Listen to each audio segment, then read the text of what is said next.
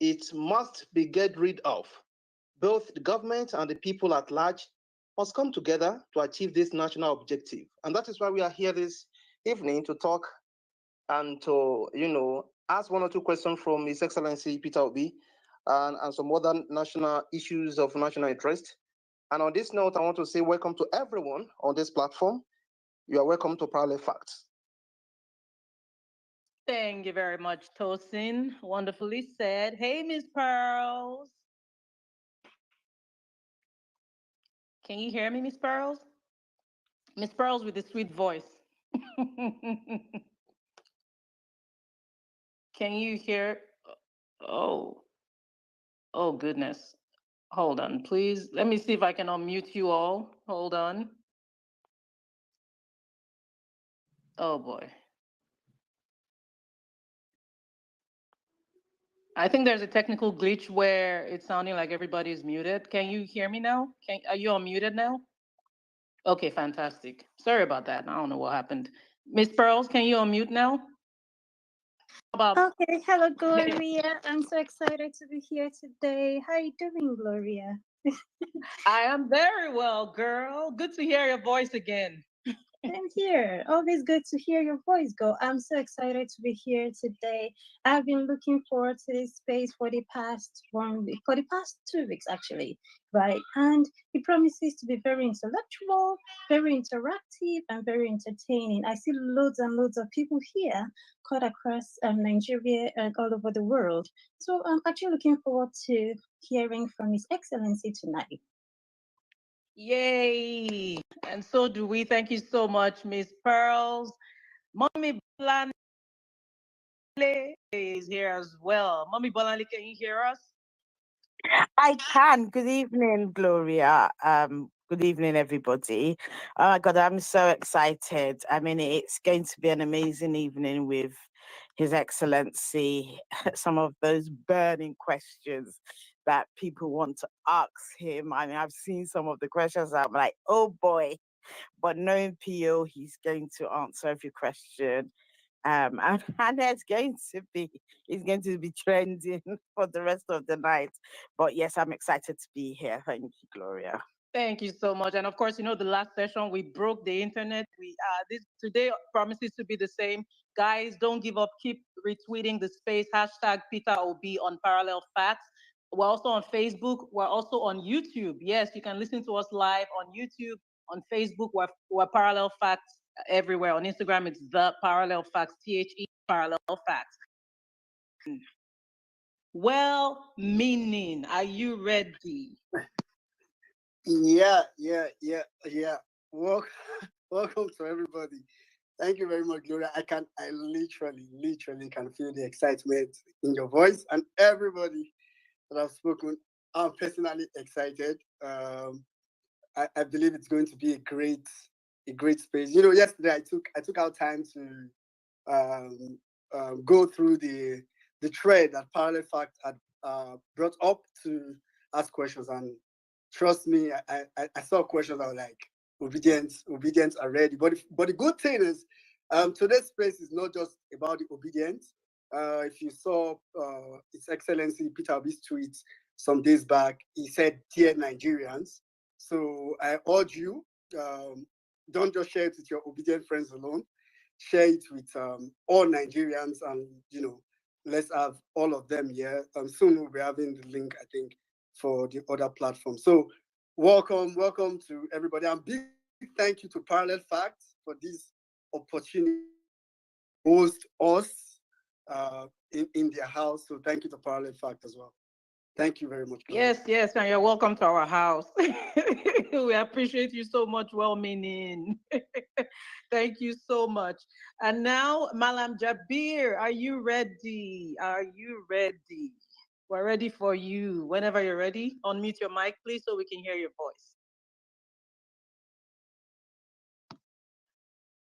Okay, I guess you cannot hear me.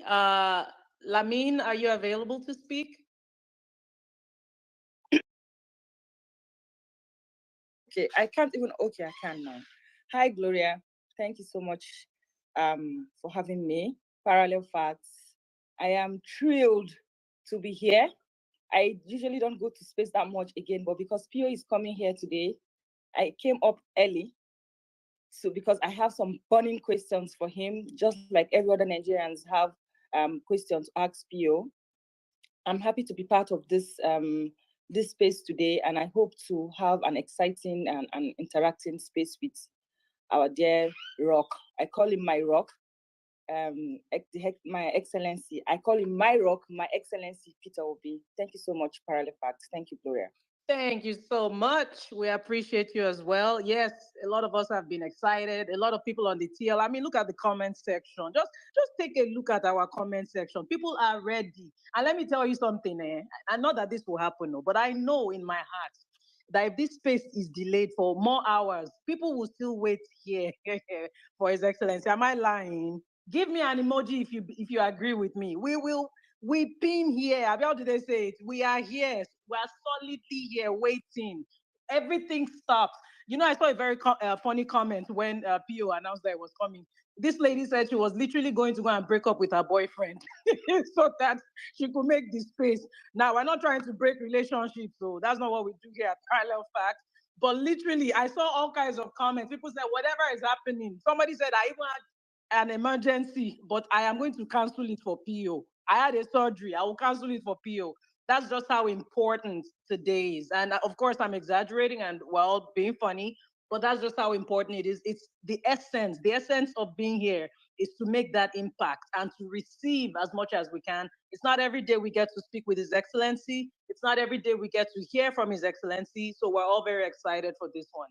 Have I had every speaker go? Dr. Mo Paul, are you able to speak? Or I think, okay, I'm not sure if you're supposed to speak, but anyway. And if you are there and you're like, what is going on? Where is PO? I just have one thing to say to you. Just one thing. Are you ready to hear it?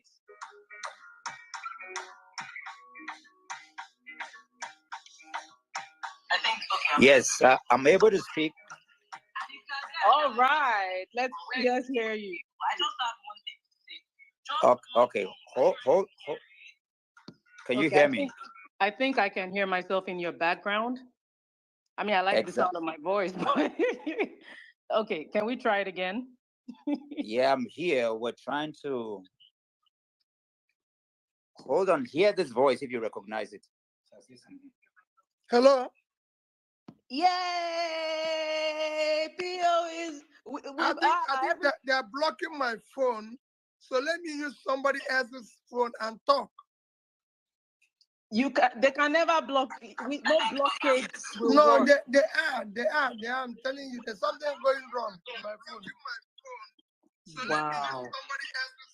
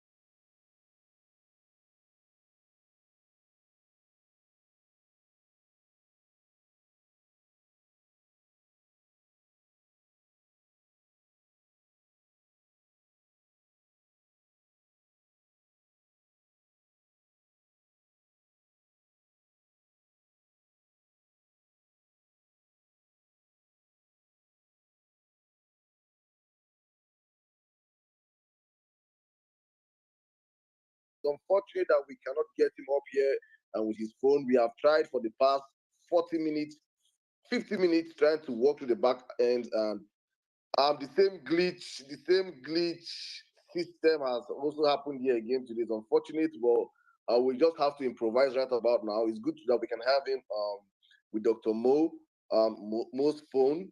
But meanwhile, guys, please share the space, retweet the space. Let me check. So I know if we can officially start this space. If we don't have up to 5,000 retweets, this space will not hold until we have done that. So please, guys, share the space, retweet the space. Let's get people into the conversation. Let them know that Mr. P2B is live on the Parallel Facts space. Unfortunately, we are still trying to see how we can get him in with his handle. And when we can, we will. But for now, he is here with us. Not physically, but in spirit.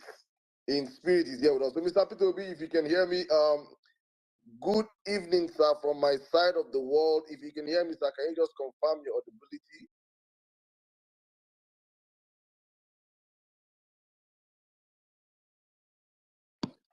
Your Excellency, can you hear us? Abdul. Hello, yes, I'm here. All right, sir. Good evening. It's good to have you again on the Parallel Facts space. I think this should be your fourth edition and your first for the year. It's one of those things whereby we hold you in high regard. When I was accepted to SGU, that was one of the greatest days of my life. The faculty at SGU really have helped mold me into. It's going to be a very interesting one because a whole lot of people have questions to ask you. I myself inclusive. It promises to be an entertaining one, and hopefully, please, sir, if you could make a tweet for us, let people know that yes, you're actually on the space, but you cannot join with your handle. It will go a long way also in getting more people into the conversation. But right now, I have amazing Nigerians from. Thank you, Saddam. Okay, you're welcome, sir. You have amazing Nigerians here with you. Let me start. Go on, sir, please. By very, very, very, very sincerely apologizing for the late start of this engagement. Since 6:45, I've been trying my two phones to be able to be part of this process, and it was impossible. Everybody around me here know how much we tried and all that. So sincerely apologize. I was actually going to apologize by 7 when we're about to start on those who are supposed to be fasting, especially our Muslim brothers who are supposed to be breaking their fast and saying this was earlier planned. I didn't want to apologize to anybody because they'll say, oh, yes. So I sincerely apologize. And I know I'm going to be apologizing about so many things today, but please bear with me. I assure you this interactive section is going to be one that we will be able to discuss as Nigerians, as brothers and sisters, on what concerns us. Thank you. Thank you very much, sir. It's good to hear from you. If you guys are excited to have Mr. P2B on the platform, please let's have some emojis for the man. It's not easy to be here with us. Let's at least appreciate the fact that he has been hustling for the past 45 minutes just to come up here, and it's unfortunate his line can't be here, but he's here with us through another person's phone. Sir, I'm just gonna open up the floor right now. Gloria, you want to say something? Please come in real quick, please. Yes, hi everybody. It's great to be here. My name is Gloria Ayo. You may have known me as Gloria Maduka during my time on radio and TV in Nigeria years ago. I am the head of broadcast at Parallel Facts. I also produce and host digital content with the aim of making impact throughout Africa. And I take pride in my Nigerian heritage. I hail from Delta and Ekiti states. And once again, I'm happy to be here with all of you and of course, His Excellency Obi-Wan.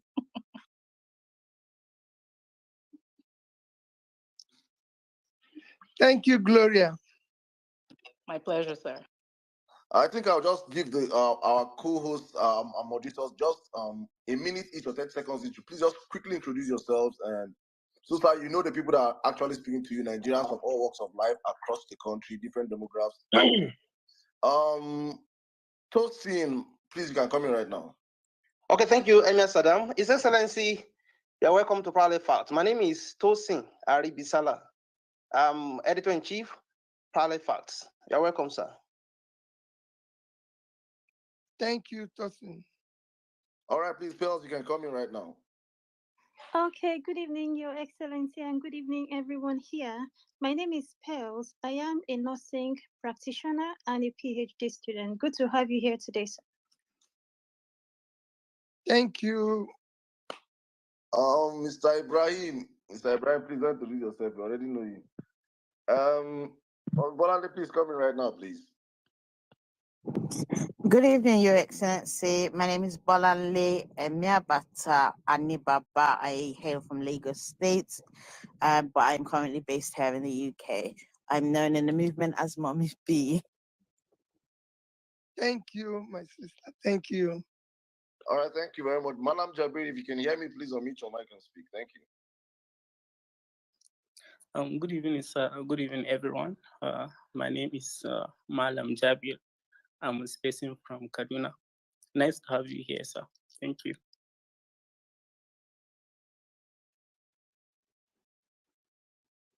Sir, did you hear Malam Jabir? No. Good evening, sir. Can you hear me now?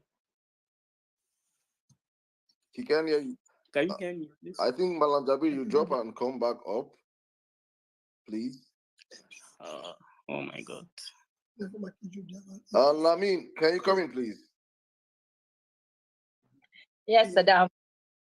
My rock, Your Excellency, my name is Lamin Kolos, and I am from Niger State, your beloved Niger State, although I live in Abuja. Can you hear me? And welcome to ParallelFacts. Thank you. Well-meaning, please, you can come in right now. Yeah. Thank you very much, Saddam. Yeah, thank you. Good evening, Your Excellency. I'm popularly known around here as well-meaning Nigerian. Thanks for coming around again, and it's good to have you. Yeah, I'm from Edo State through and through. Thank you. All right. Thank you very much. I think these are the moderators for now. We'll be opening the floor for every other person to come up and ask you questions as the space go on. But for now, we would like to start taking questions real quick because we have gone past over 44 minutes past our time. It's important we start up the space. So please, guys, I'll indulge every one of you on the platform. Please retweet the space, share the space. Many people won't see or know that Mr. Peter Obi is here because he's not speaking from his handle because his handle has been massively attacked and we cannot get him right now to speak from his handle. But he is on the platform with us right now. So we're going to open up the floor right now with questions. I just want to go straight first. I don't know if you have been following what has been going on. We have been following in your moves across the country. I would just want you to just quickly, if possible, as short as possible, just give us the reasons for why you have been touring the country. People say this is post. Some say you're campaigning. Some say you're doing early campaign. Some they say a whole lot of stuff. We have read a whole lot of stuff, but we see you going across the country doing projects. It's very, very unusual actually for Nigerians to see politicians. So I would just like you to give us a very brief, recap of what you're doing, actually why you're doing what you're doing right now. Thank you. Well, thank you, Salam, for that intro. For me, politics and being part of building a better society is not only when you are in office. It's something you do in and out of office. It's something you do regularly. Unfortunately, we live in a country where politics is transactional, so it's for any election. After elections, everybody disappears.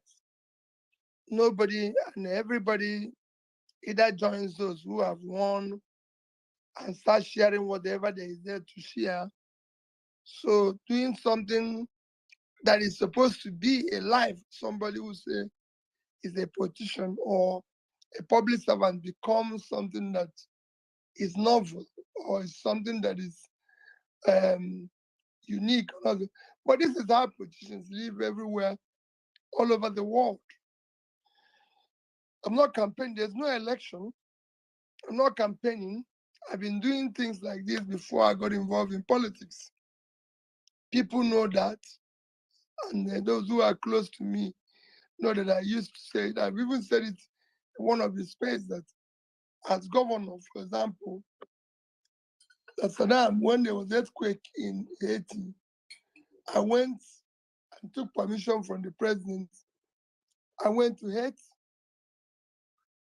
When I was in my private, call it private life, I visited so many places where there's problems. And I've been able to support so many things before I got involved in public life. And that is what I'm continuing to do. And in Nigeria, especially now, with all the difficulties that are all over the place, I found myself engaged and committed in going around, being able, like this fasting period, interacting with Muslim brothers, learning and everything. So that's basically what I'm doing. All right, thank you very much. I think that is clear. Let me come to you, Gloria, right now. Gloria, please, do you have a question for Mr. Pio? Please take it from here. Thank you very much, Saddam. Your Excellency, in the spirit of transparency, during our last space, I just want to first mention that you shared some personal challenges that you faced. And I want you to know, in case you didn't see it, your supporters expressed a lot of concern, and we hope you're faring much better physically and mentally. And now to an issue that has affected many Nigerians physically and mentally, the issue of kidnappings and terrorist attacks, insecurity.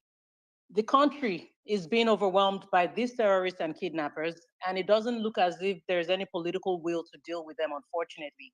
These issues are disturbingly frequent, more frequent than expected, and they're affecting Nigerians on multiple levels. Um, there was an imposition of substantial levies on farmers by terrorists to access their own lands, which severely impacts our agricultural sector, an area that you're extremely passionate about. We've also had kidnappings throughout Nigeria, abductions in the north, such as the mass abduction that recently happened in Borno at the IDP camp, and the recent kidnappings in Kaduna and Sokoto states. We're also approaching the anniversary of the Chibok schoolgirls abduction. And we did release a video just yesterday on ParallelFacts highlighting that for 10 years now, we have had 10 major school kidnappings. Your Excellency, how do you assess the effectiveness of the measures currently in place to address these security challenges? And what is your take on whether or not ransom should be paid? Well, I've talked about insecurity severally, and I continue to say we can deal with it if we are determined to deal with it. We cannot allow non-state actors to take over the states. We either confront them head on. If we're at war, we know we're at war with them. If we can find partners, those who can even help us to solve it. That's why we're a country. Unfortunately, billions have been expended by government in terms of security votes of all forms and security budgets without achieving much. And then people have paid billions of ransoms without achieving much. So if you put all this together, you know that there must be something we're not doing well and needs to be tackled head on. If we are tackling head on, we would do a lot of work towards solving it. There's no way at this modern time, when I know the government authorities know where Peter Obi is at all time, because I've been told that. Because I have a phone. That's what I was told. Now the same system can see somebody come with the buses and carry 200 and something kids. These are not something you put in your pocket. These are not taking two people, 200 and something, carry them in buses, move them several kilometers away without anybody stopping them. But yet, if a normal Nigerian is traveling, you see checks all over the place. These people are not moved in the bush. You can even see some where they move them within 2 days. They have special uniforms and shoes to match them.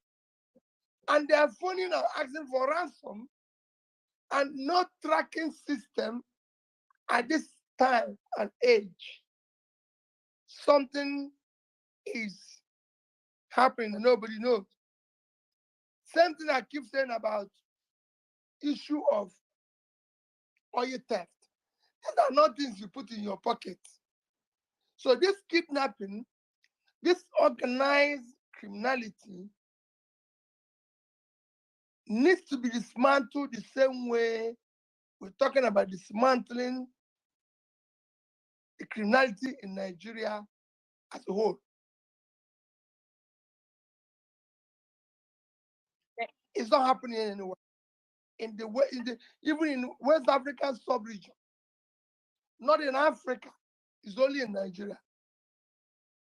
And it cannot be stopped. Something is definitely not adding up. And we need to deal with it. And that is where I'm concerned that we started this journey preaching for a new Nigeria where things can be done differently. Thank you very much, Your Excellency. Go on, Saddam. Thank you very much, Your Excellency. Thank you. I think we'll go on next to Tosin. Tosin, please, your question for His Excellency. Okay, Saddam, thank you for that. His Excellency, recently, the Abia State Governor, Alex Oti, cancelled pension for ex-Abia governors and subsequent ones. However, a state like Lagos State said that is never their priority. The question now is, if you were the president, would you have advocated this law for all states in Nigeria, especially considering the hardship that is ravaging the country? Tosin, I've argued against this. I've publicly, privately, as governor, I argued against it. When I argued against it, the reason why I argue against it is that, again, like you said, we're owing those who have worked hard over the years their own pension and gratuity across the country. You won't believe it. There's people who are being paid today as little as 5,000 as their pension. This happened to me in the past 1 month. I met somebody who collected his pension and it was 5,000 plus. He said even to vehicle to go and collect it, to transport to go and collect it and come back, he will not pay it. So when you have such a situation, and then you have those of us who are politicians who have cornered all the resources while we were in office, and then leaving office, being paid huge amount. I give an example of my own case. When I was living in Anambra State, because every state, other state has it, they brought it to me, it was a law already passed through the house and everything, authorizing that they build a house for me in Oka, build a house for me in Abuja or Lagos. as I choose, I have to have similar vehicles as the sovereign governor, and it will be changed every 2 or 3 years. I have to have security people attached to me, about several of them, cooks, house helps, everything. And I said, no, this cannot happen. Remember that I just cleared the gratuity and pension of everybody here. So forget this. It won't happen. My speaker then, or colleagues then, argued that since I'm saving money, I should take 10%. Let them pass a new law that says you take 10% of anything you save. I said, no, it won't happen. Then I was thinking that somebody will come after me and maybe save, since I saved $150 million and 30 billion naira, that somebody might come and save maybe $1 billion and say it's 10%, you will take 100 million. That was my thinking then. I didn't even know that the one I saved, I not stay after I've left. So that was my thinking then. I must tell you the reasoning why I said no to that one. So I said no to it. The consequence is that till today, Anambra has not bought me a bottle of pure water, a sachet of pure water. And I don't think they're doing for other people. So for me, the way the country is today, I urge every state, and I will plead with every state to do same as Abia State did. Because most of these people where they're taking care of are already comfortable. In fact, they've already belonged to the 1% of Nigeria, because 1% of Nigerian citizens are controlling almost 75% of the wealth. So you need to stop that. We appreciate that answer. Thank you so much, Your Excellency. Mommy Bolanle, are you ready for us? And while we get ready for her, please keep retweeting this space. Please keep retweeting hashtag Peter Obi on Parallel Facts. We must be #1 globally. We can do it. Go ahead, Mommy Bolanle. Your Excellency, thank you for your answers so far. Sir, recently we celebrated World Water Day. It's unfortunate that recent stats show that 185 million Nigerians don't have access to pipe-borne water. In fact, Hello? Your Excellency, can you hear me? Hello, I'm not hearing you. Lord. Oh, okay. Oh, Lord. Okay, I think a few people aren't able to hear you. I'm seeing that. But if you can hear Mommy Bolanle, please show an emoji. Let's show Can us people hear me? If not, let me drop and come back. Please drop and come back. And Okay, I'll drop. just a brief one. Please, guys, this space is massively being attacked, unfortunately. I don't know people that don't want His Excellency to speak to Nigerians. So just in case the space crashes, we will have to come back again. The glitches here we're experiencing from here is crazy. We just have to see how far we can go. But please, guys, just know if the space go down, we'll be back up again. It's unfortunate what we are facing right now, but we have to see the end of this space. Thank you. And also, please, you can stream the space it's being streamed on YouTube and on Facebook. If you go on the Jumbotron right now, you can see the links to the YouTube and the Facebook. Please, for your family and friends that are not on Twitter, they can join this conversation across these 2 other platforms. All right, let me go back to you, Gloria. Thank you. Thank you so much, Sir Dam. And while we wait on Mommy Bolanle to come back up, let's see. Malam Jaber, are you ready? Yes, can you hear me, please? Your Excellency, can you hear Malam Jabir? Your Hello. Excellency? Your Excellency, can you hear us? Mm. If you can hear me, if anybody else can hear me, please let me see, indicate with an emoji. Okay, fantastic. Your Excellency, can you hear us? Your Excellency, can you hear me?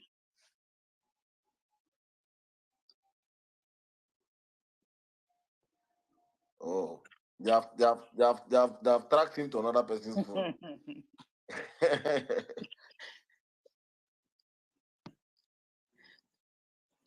Okay, we're gonna bring His Excellency back up, guys. This space is going to hold. Can you hear us, sir?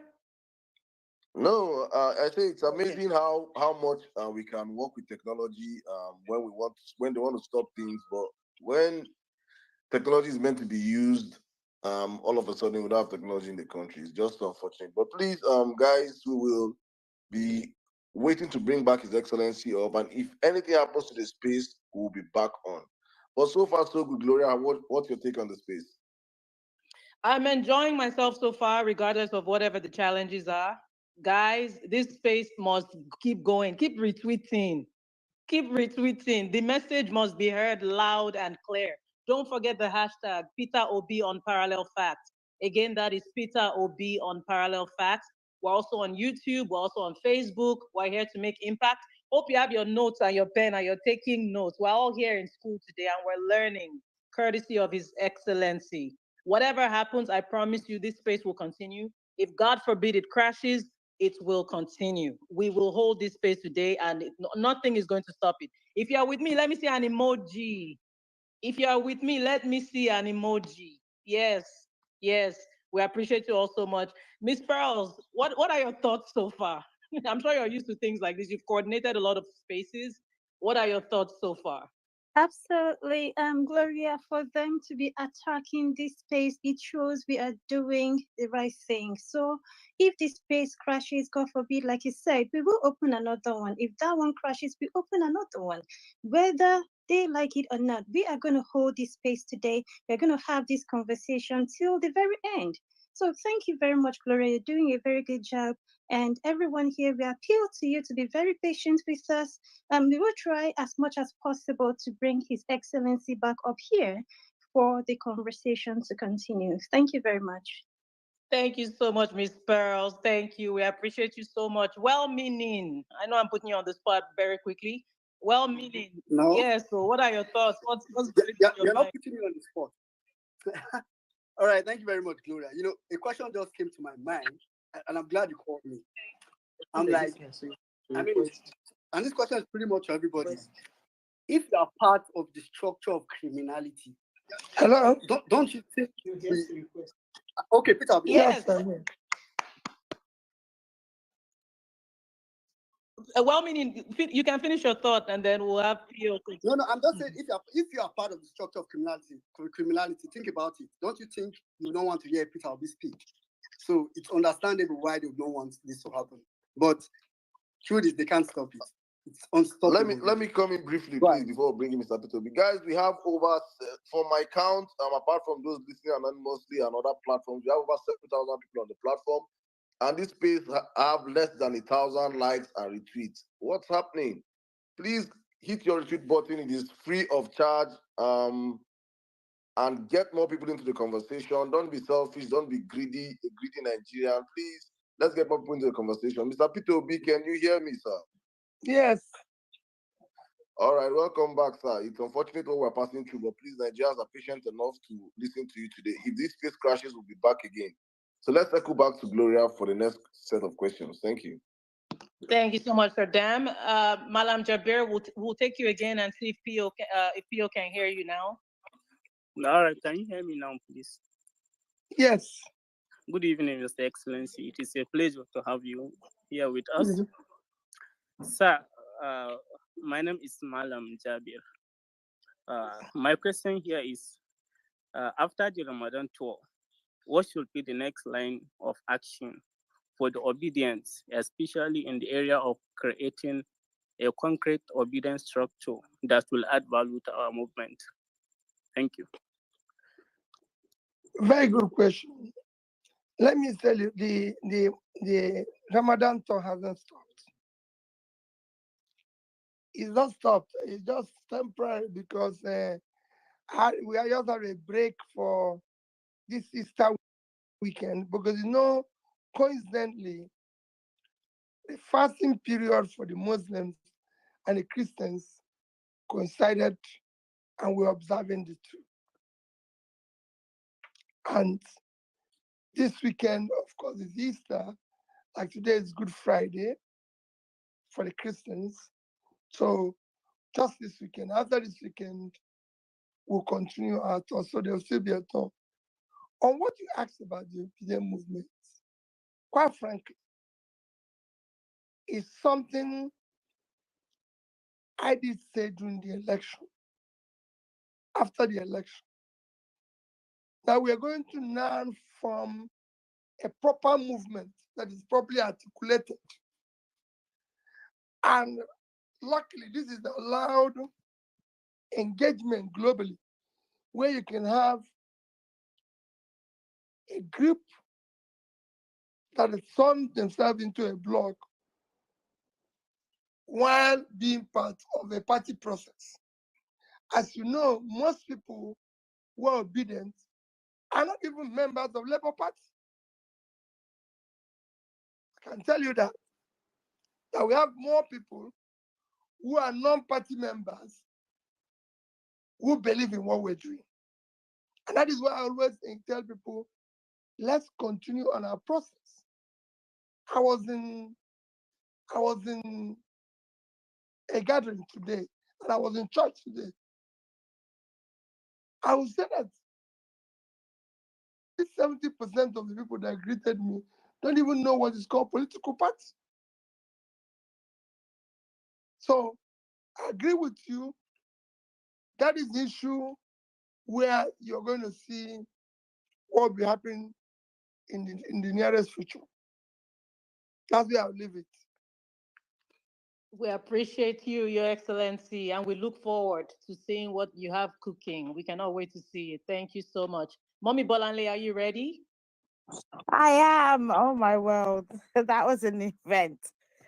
Your Excellency, the question I wanted to ask was the world has recently celebrated World Water Day, but it presents us with a sobering um, um, data in relation to Nigeria, where it shows that there are over 185 million people who don't have access to pipe-borne water. In fact, Malam Jaber shared a sobering story of a community in Sokoto State that has to travel like 15 kilometers to Niger Republic, right, to get clean water.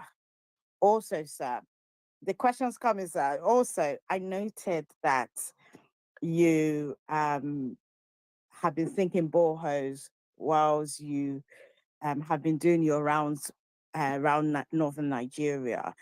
And I just wanted to ask, and I hope it didn't cost the 191 million that it costs that they have earmarked in the budget for each borehole.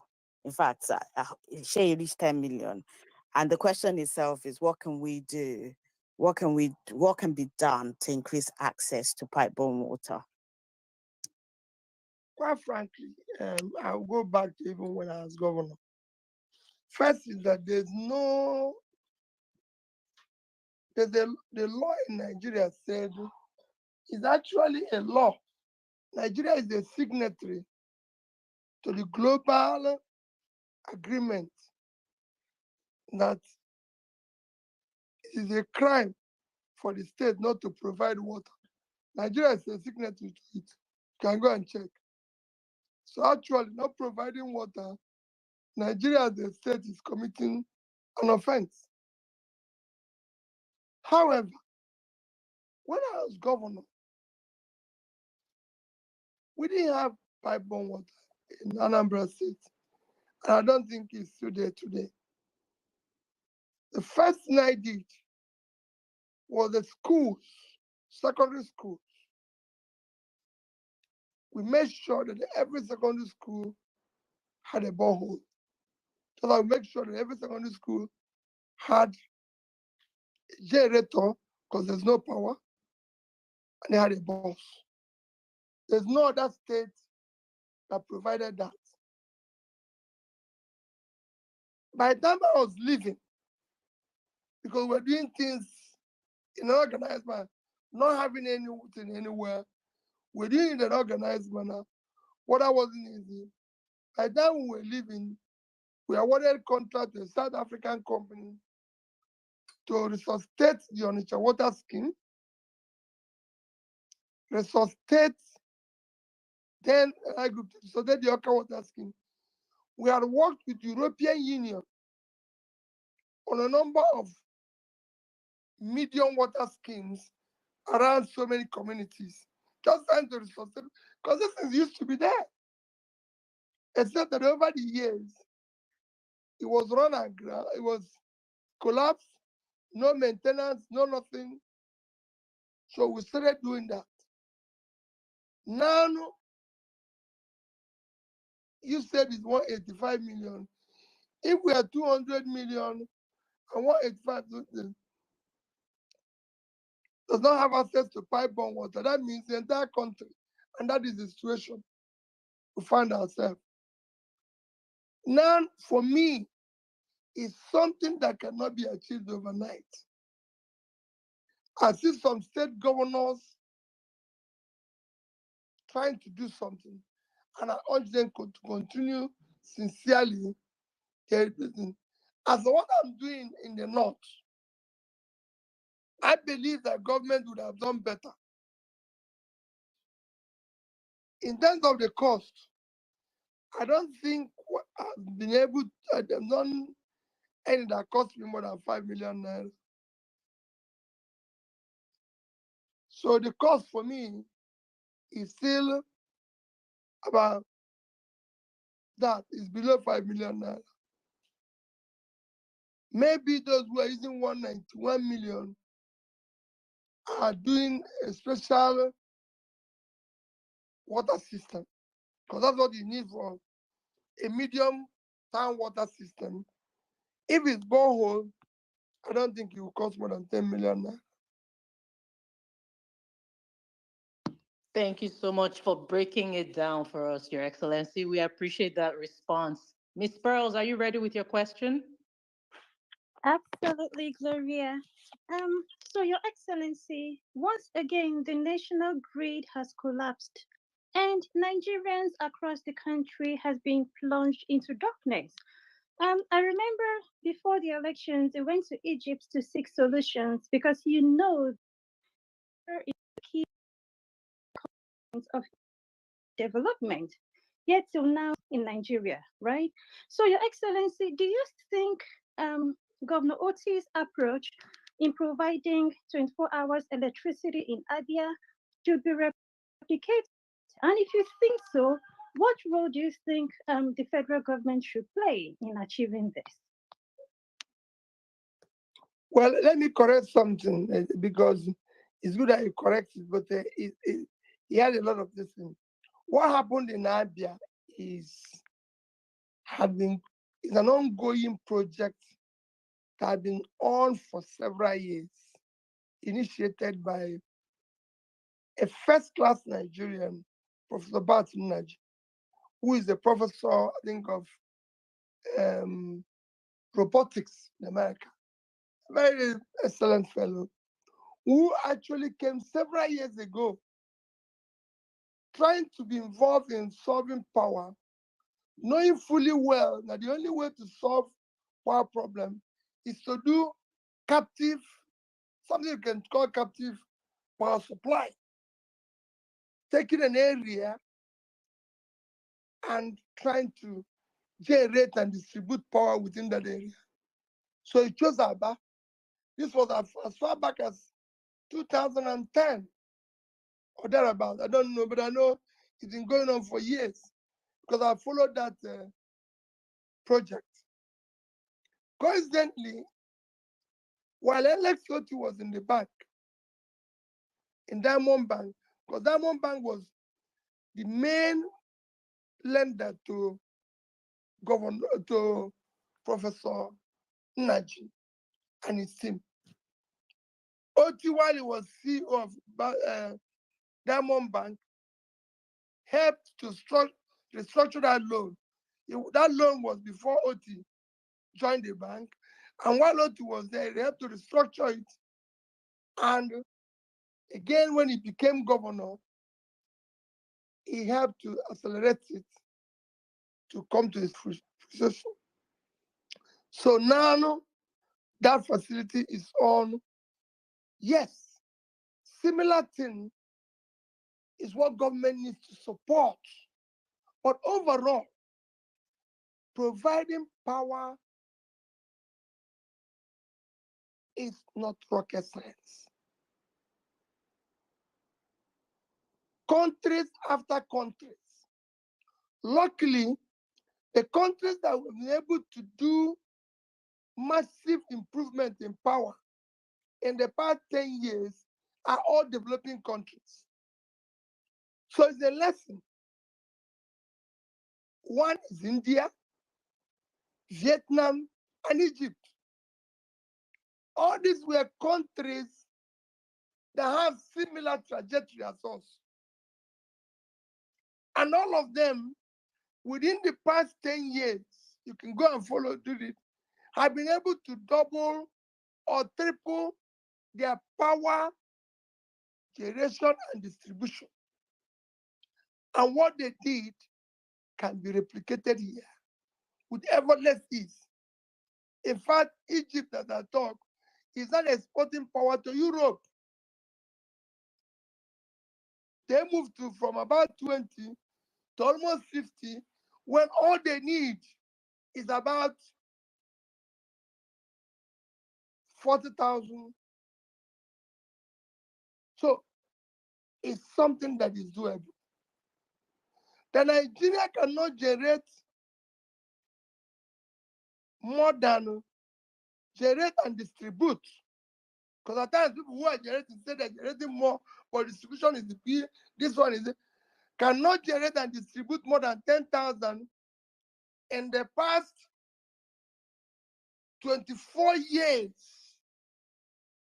of this student democracy. For me, it's totally unacceptable. And hangs on the criminality called the Nigerian state today, which must be dismantled. And unless you get that situation, considering that power, like you said, is a very, very critical component of development. Thank you so much, Your Excellency. And there's one thing His Excellency will do. That one thing, if there's one thing he will ever do, is to keep it real, be transparent, and just tell us tell us as it is. We appreciate you giving us that very wonderful insight. Thank you so much. Well-meaning, are you ready? Yeah, yeah. Thank you very much, Gloria. Thank you very much, Your Excellency. I think I got talked when Mr. Peter Obi said that the ball we fixed is worth 5 million. I don't think a lot of people heard that. It's worth around 5 million, around. But now we have a budget of 193 million for a ball. I said that one is for mini water project, mini tank water project. So what we saw on the budget was ball. Let's just give them benefit of that. All right, sir. Thank you very much. So my question, I'm going to bring it home. I think this is one question that a lot of obedient have been also trying to ask. So a lot has happened in the Labour Party recently that has, left many obedient a little bit. No, maybe not a little bit. Many obedient very, say, disappointed. A lot. I don't want to go into specifics that have happened, but I know you will know better than me. So my real question is just to ask you, what is maybe to give us more insight into the parts we don't know, and also just to give us your general take and, for the obedience regarding the current Labour Party. Can you help me? And because you said a lot has happened. If a lot has happened, let's take all those laws that happened and be able to discuss them one after the other. Because if we go and do it as a general question and a general answer,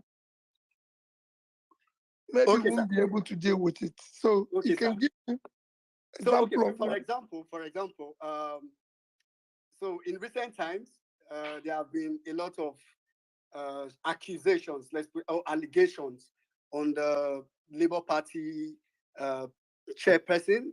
A lot of accusation around, even from stakeholders within the party. So that's, of course, obedience is a movement that holds morality in high standards. So that kind of made a lot of obedience, have this sort of rejection towards that. Then to top it up, the Labour Party yesterday, or just day before yesterday rather, called for a convention, and obedience have been looking forward, really, really looking forward to an opportunity to really enter the Labour Party, integrate with the Labour Party, take up positions with the Labour Party, and a lot were expected. We're hoping that with this opportunity we can blend into the party as per taking up positions. But that convention, first of all, we got the circular as a leak and in short notice, and came with so many constraints. And we all thought maybe it's not going to happen, but lo and behold, we decided to say, okay, let's just leave it and see what happens. Lo and behold, it happened the day before yesterday, and it still leaves a lot of obedience disgruntled to today. So we just want to get your take on it and perhaps some sense of direction. Okay, thank you very much. As I said, it's good to be more specific. One, he talked about a lot of accusations and everything. Let me be direct. There's accusations of mismanagement of resources. And am I right? So this mismanagement of resources or something similar that not accounting properly. Yes, sir. The money is belonging to the party and everything. My brother, we have written a competent, qualified external auditor requesting that it goes to audit the account of the party. And until that is established, I will make any comments on hearsay. However, I didn't close my ears to hearsay, but I want it to be verified. The similar thing is also happening within the campaign funding. Similar thing, including myself. And I'm also asking all those who one way or the other receive money during the campaign to account for it. If you're in a group, if you're in an organization, if you're in a clique, who have one way or the other, and you people raise money, whoever managed that resources or received it should account for it. The ones maybe I received, I will account properly, especially to those who gave me so. So I'm asking everybody, account for your own. While, like I said in Lagos, I'm convinced that whoever mismanage the campaign money people gave us to use for purposes of the campaign and what we promised we'll do for Nigeria, even if we are not able in long run to know or he or she did not account for it, I'm sure he will not escape God's punishment. Because you can't take public money. See, maintain. You can't take public money and go away with it. One day you must pay for it. You must get the punishment for it. So for the accounting, we're dealing with it until that is exhausted or come to the conclusion. I cannot say anything. On issue of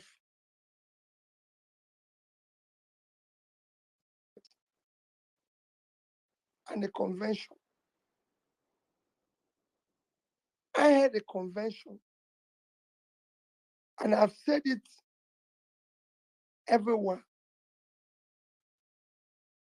The convention, when chairman approached me about the convention,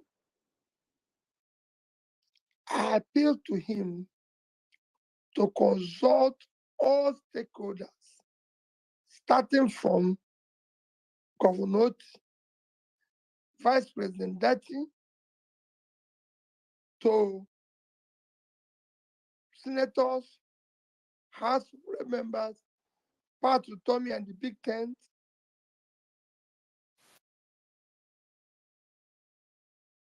various groups have NLC, TUC is documented for us to have a properly organized convention starting from Congress. Because where we need to organize, actually at the grassroots, where we have issues. Let's go there and start. And I'll start organizing ourselves and organize the party properly. Somewhere along the line, so he was supposed to go and consult all these people, and we have a proper meeting, agree on positions, how it is going to be. But as you know, while the presidential candidate, I'm not a party chairman, and I'm not a member of NWC. When I came back and heard that, I traveled for one day, came back and heard that the party convention is going to be in Omaya. Again, I visited and discussed that with my brother, Governor T, who said he's listening to me and what I said. And he thinks it's a proper thing. I met the senators, I met the House of Rep people, I met the gubernatorial candidates, and some of the key holders, stakeholders, sorry, and discuss these issues with them. However, somewhere along the line, the NWC insisted they would go on with what they've planned and what they want to do. And they shifted the venue when it's no longer being hosted in Abia. I didn't attend because for me, we need to do more work, more consultation, more discussions before the convention. Thank you. So that's why I didn't attend. And that's the only sign I can show. Some people have said, oh, you would have granted press conference, you would have said this and everything. And I said to them, unless you have not followed my politics, I didn't promise Nigeria. Just like when I went into Afghanistan, we had problems in Afghanistan. And I always tell Anambra people, I didn't promise you people I'm going to change Abga, but I promise you people I'm going to change Anambra State. Now, when I came, Anambra was home for all. I changed it to Light of the Nation and went to become number 1 from number 20 something in education, number 1 in health, number 1. This is what I promised. We promised to build a new Nigeria. We didn't promise to build a new Labour Party. But that I think we will build because it's important. It's all part of it. But people think, oh, I would have been in the market shouting and all that. No. In my position as a leader is to consult and continue to plead with people. Let's do the right thing. Let's do the right thing. It's not for me to be in the marketplace because I have access and I'm talking to the right people. Even now, the convention supposedly have come and gone. I believe that is actually the beginning of the talk. And we're going to get it right. Because we cannot do wrong thing, especially for those of us who are saying we want to change the system.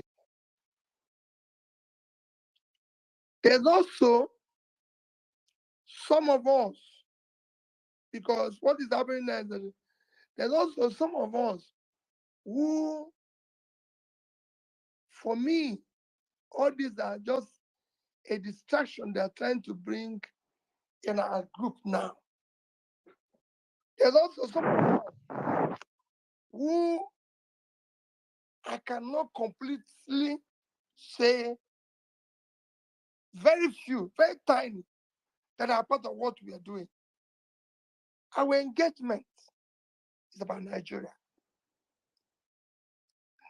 And they're not trying to distract our focus. Like I said to somebody who said to me, why are you going to North? And I said, if they return Abu as the chairman, did he provide water that are provided in the North? Did he stop the water? We will deal with all those matters. But some people now want to distract me from what I'm doing or distract us because it is us. Because you know, the future of what we want to do is not about Labour Party. It's about what the Obedience are thinking about Nigeria. Thinking about water, thinking about power, thinking about employment, thinking about security.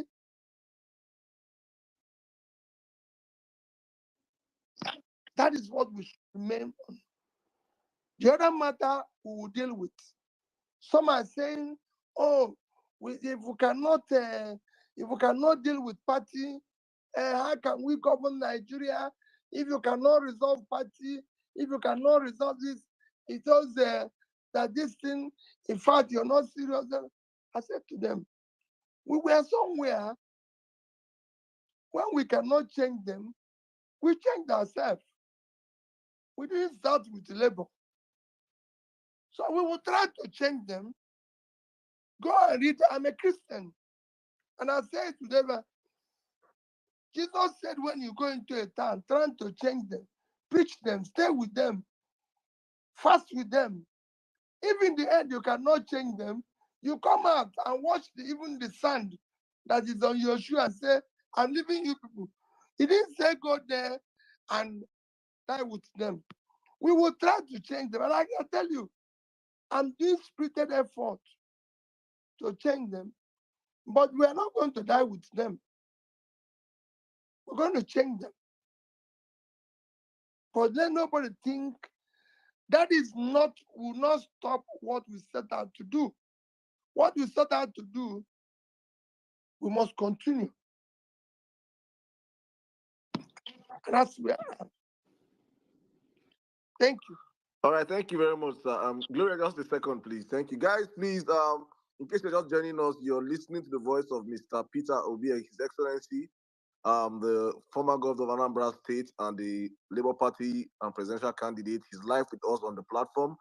Please, this space is brought to you courtesy of ParallelFacts Media, the fastest growing online mainstream media strictly for facts-based news. Please, you can follow us on Instagram at the Parallel Facts, on YouTube channel at Parallel Facts, on Facebook at Parallel Facts, and also on our handle here on Twitter. We keep having these spaces engaging His Excellency and other well-meaning Nigerians in due time. So please, you can share the space, you can like the space, you can retweet the space. We're having an interesting conversation here. I am enjoying every bit of it. So please, we see all your questions. We'll be bringing up questions from the all the questions I've been asking here so far are questions from collated from Nigerians that asked their questions. But we'll be bringing up questions from the comment section in the next couple of questions coming up. But Gloria, I don't know who's going to ask next. Back to you, please. Thank you so much, Saddam. Lamine, are you ready for us with your question? Hi, Gloria. Yes, I was born ready for today. Thank you, Your Excellency, for being part of this very engaging conversation, and thank you for joining us on Parallel Facts. My question goes thus: what's your relation? I really would like to know what your relationship is with the LP legislators. I mean, in House of Rep and Senate, because I have observed that since they won the election under the wing of Labour Party, they've not sponsored any bill. We don't see them speaking against the misgiving happening in the legislature or even in the country as a whole. And they won an election under your wing. And it's, I mean, to be honest, it's quite disappointing that nothing really is coming from their own end and they're not engaging. So that's my question for you. My dear, like I said, what we're doing is a process, an ongoing process. And I agree with you. I'm very close to them. Earlier I said I interacted with them over this party issue. I met with the senators, even though 3 was not around. I met with 5. I met with House of Representative members. Out of 36 of them, I think I met 30 of them. So I'm quite close to them. I do get on with them very well. In fact, I'm going to Thanksgiving of one of them tomorrow. So I do get on well with them. I don't have any issue with them. And quite frankly, I enjoy their relationship, their respect, as well as or not. But what you continue to do when you're bringing a change is to continue to preach. Just like you did now, I'm preaching and appealing to them. It is not an easy thing. When you're bringing change, it is not easy because you have for enemy all those who live off the old order. And they're not sure whether you succeed. And transferring people from old order to new one. So I'm talking to them. They're beginning, they do little things. Some of them are operating under difficult circumstances. They aren't even allowing them to do anything. Because when you are in these houses, you can raise your hand and nobody will ask you question. Sorry, nobody will ask you to speak. So, and as you're talking now, it's good when I listen to you. Whenever I have opportunity of meeting them, I'll tell them the same thing. People are not happy with you people. People are not happy with this and everything. And then going forward, we will now start looking also, how do we get more robust, committed people to be elected.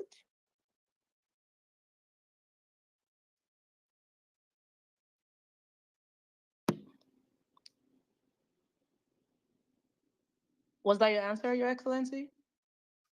Yes, we're just trying to, we'll continue to engage them. Thank you so much, Your Excellency. We appreciate that. And we want to emphasize that this space is not just an obedient space. We welcome everyone.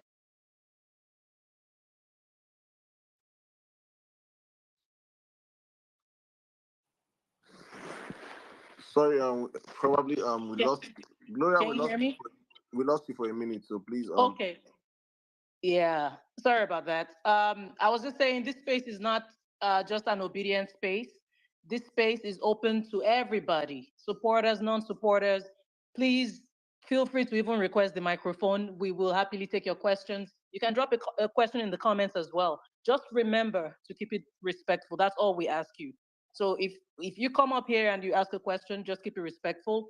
And please, let's all go on and keep retweeting this space, the hashtag for all your questions. The hashtag is hashtag Peter Obi on Parallel Facts. Hashtag Peter Obi on Parallel Facts. And even if you don't have a question, put the hashtag anyway. We have to keep making our moves. Saddam, are you ready with your second question?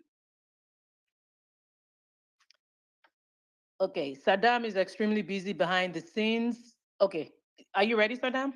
Or do you want me to come back to you later? please take someone else, please. I'll be back. Okay, I'll go.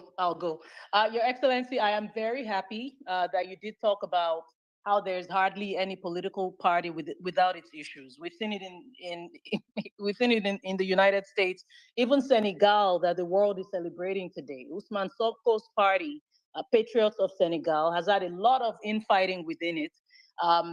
And they were still able, regardless of that, to make history by electing the youngest democratic president in Africa's political history, Bassirou Diomaye Faye. This is proof of the power of the people's voices.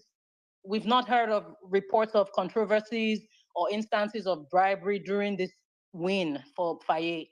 And you have consistently expressed your belief that Nigeria is salvageable, contrary to what some may think. And this was evidenced in your challenge of the elections last year, even up to the Supreme Court level.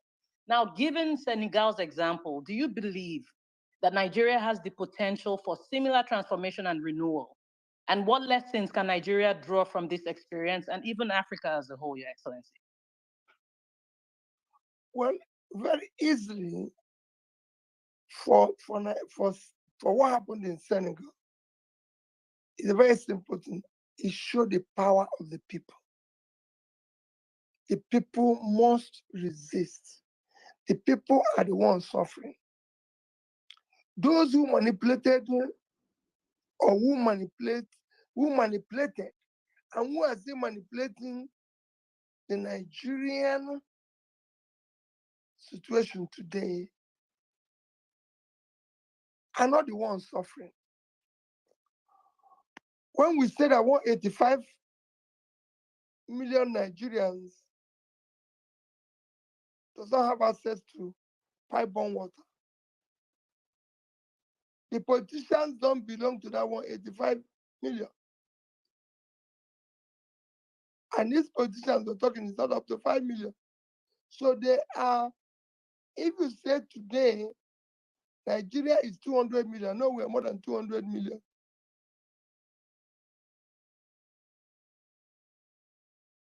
The total number of politicians, all the people who are causing this problem, should be about 5 million.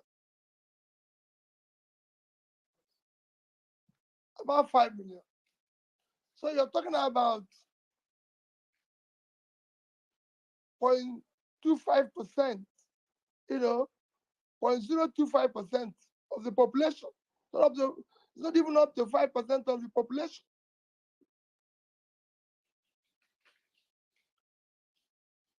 So it's 5%. So can 10 million, call even 10 million, 5% of the population, be holding the rest to ransom. Even the rest are not.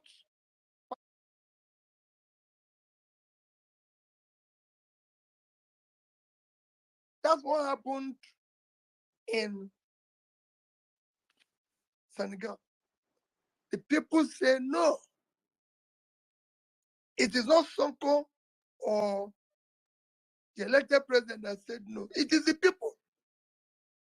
Because it's the people that are suffering. Today,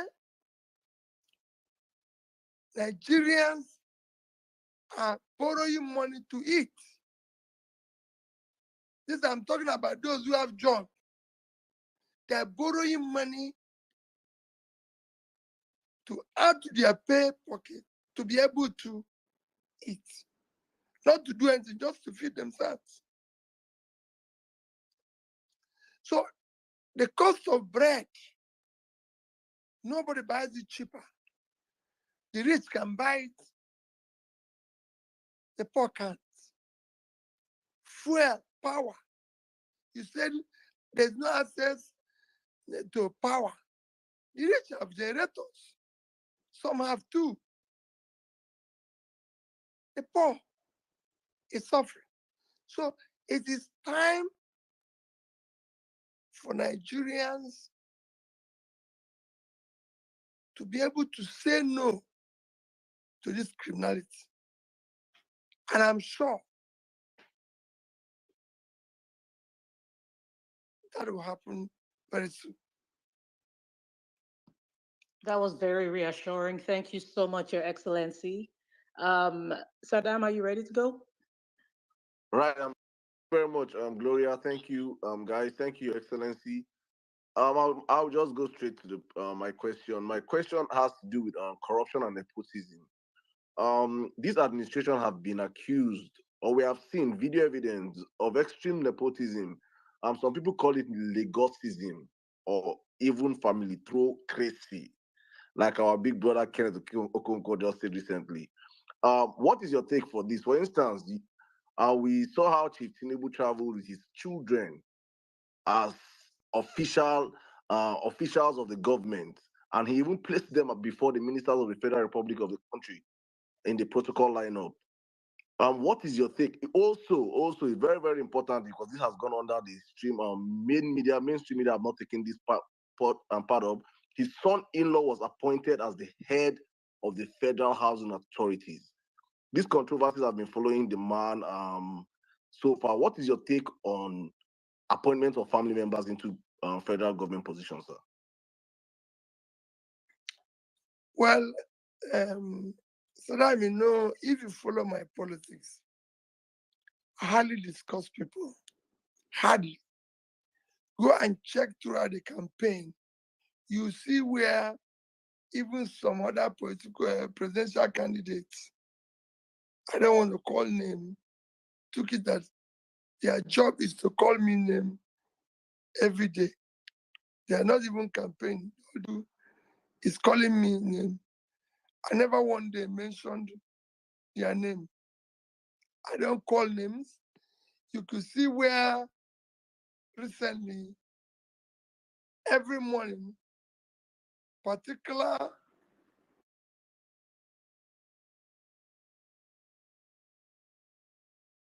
if I tweet that, oh, my wife did not wake up, slept late today, they will reply me.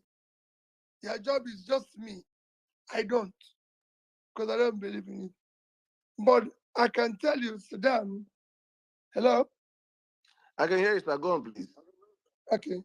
I can tell you, Saddam, all you mentioned is wrong.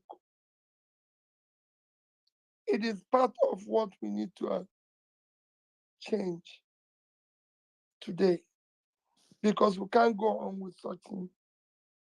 It shouldn't be. This is a country. You know, it is not a family business. And I must be treated with respect and dignity required. You know, that's where I see it. And appointments should be done based on competence, based on capacity and everything, and shouldn't be seen to reflect things you mentioned. And that is what I can tell anybody, and I keep saying it. I challenge anybody to go where I sat, and you won't see such. However, that is the component of what we're going to do in the new Nigeria. Thank you very much, sir. Gloria, back to you. Thank you, Saddam. Tosin, are you ready with your question? Yes, thank you, Gloria. His Excellency, my question revolves around the Binance executives accused of financing terrorism in Nigeria. The federal government told Nigerians that one of them mysteriously escaped from a well-secured prison in Nigeria. And some have described this as an indictment on our security. Your Excellency, please, what's your take? Well, again, you have actually answered it is an indictment on our security system. But I'm even wondering how a non-Nigeria was able to leave Nigeria. You know, there's been a lot of speculations of how he left, which to me is very, very, very worrisome, because there's so many Nigerians who are held in similar captivity who couldn't even escape. So I wonder how the foreigner was able to do it. That's just my comment. And these are things we must. If a foreigner comes here and commits a crime, just like they do with Nigerians all over the world, we should be able to say our country is not a place where criminality should be allowed to thrive. Nigerians who committed crime all over the world are held and punished properly. Similar things should happen to foreigners who are coming here and going against our rules and regulations, committing acts of crime. In fact, the law should be more stringent on them to show that we cannot be taken for granted.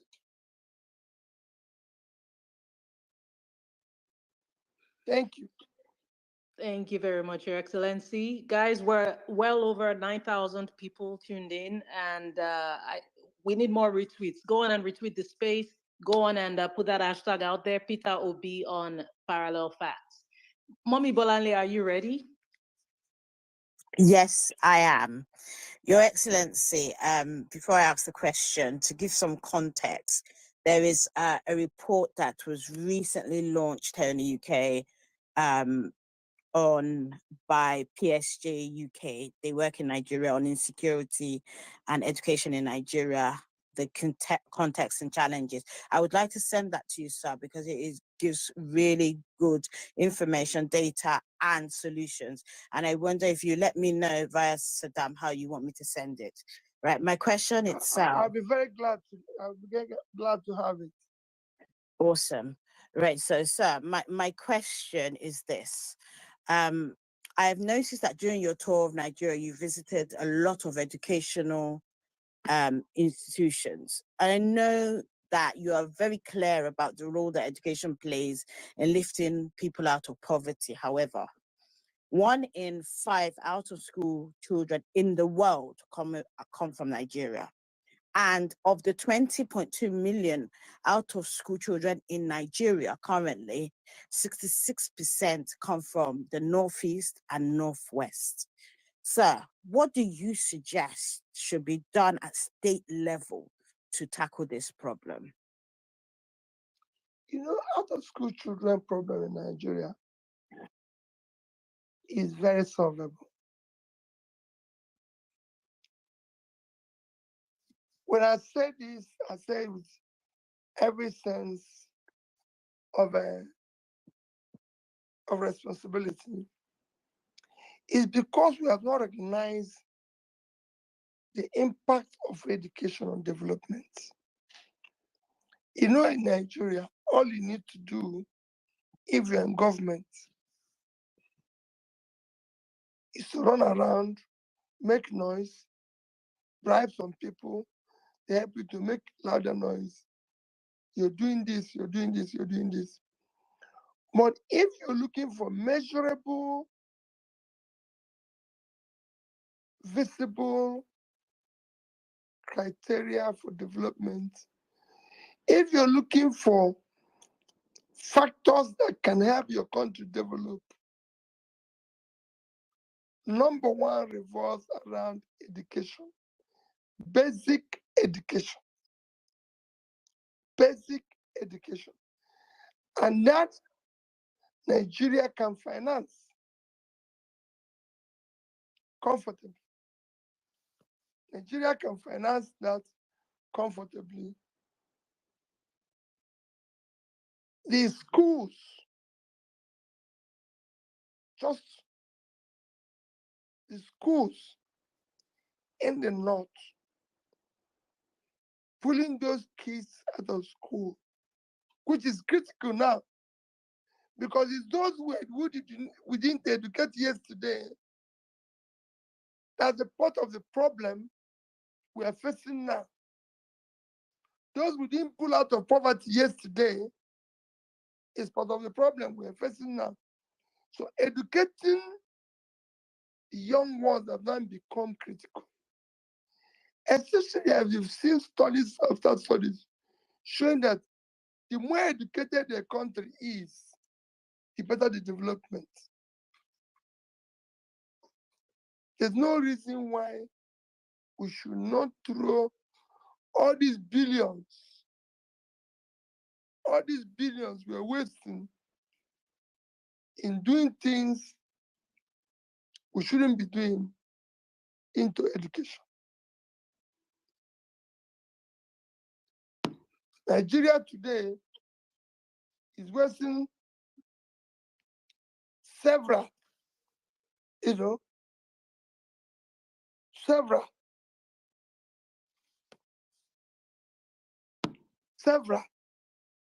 resources on things that have no contribution to development, while abandoning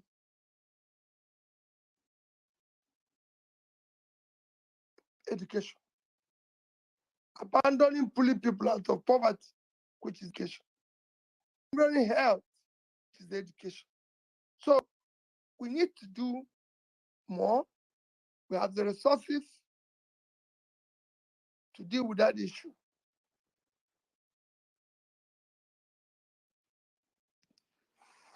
Thank you so much, Your Excellency. And I just want to address something. I'm getting a lot of tweets where people are saying they want to hear other speakers. So the way it works, if you're familiar with our spaces, the way it works, this is being organized by Parallel Facts. So we have a panel of people who ask PO some questions. We have to touch on some very, very important aspects of the situation of things in Nigeria. Not that your questions are not important. And then after we do that, we bring people up and then they ask questions. And then we're done asking questions. Okay? I promise you, I know we're all eager to speak with PO. We will speak with him, I promise you, okay? Thank you so much for your patience. All right, Malam Jabir, are you ready? Yeah, can you hear me? I can hear you.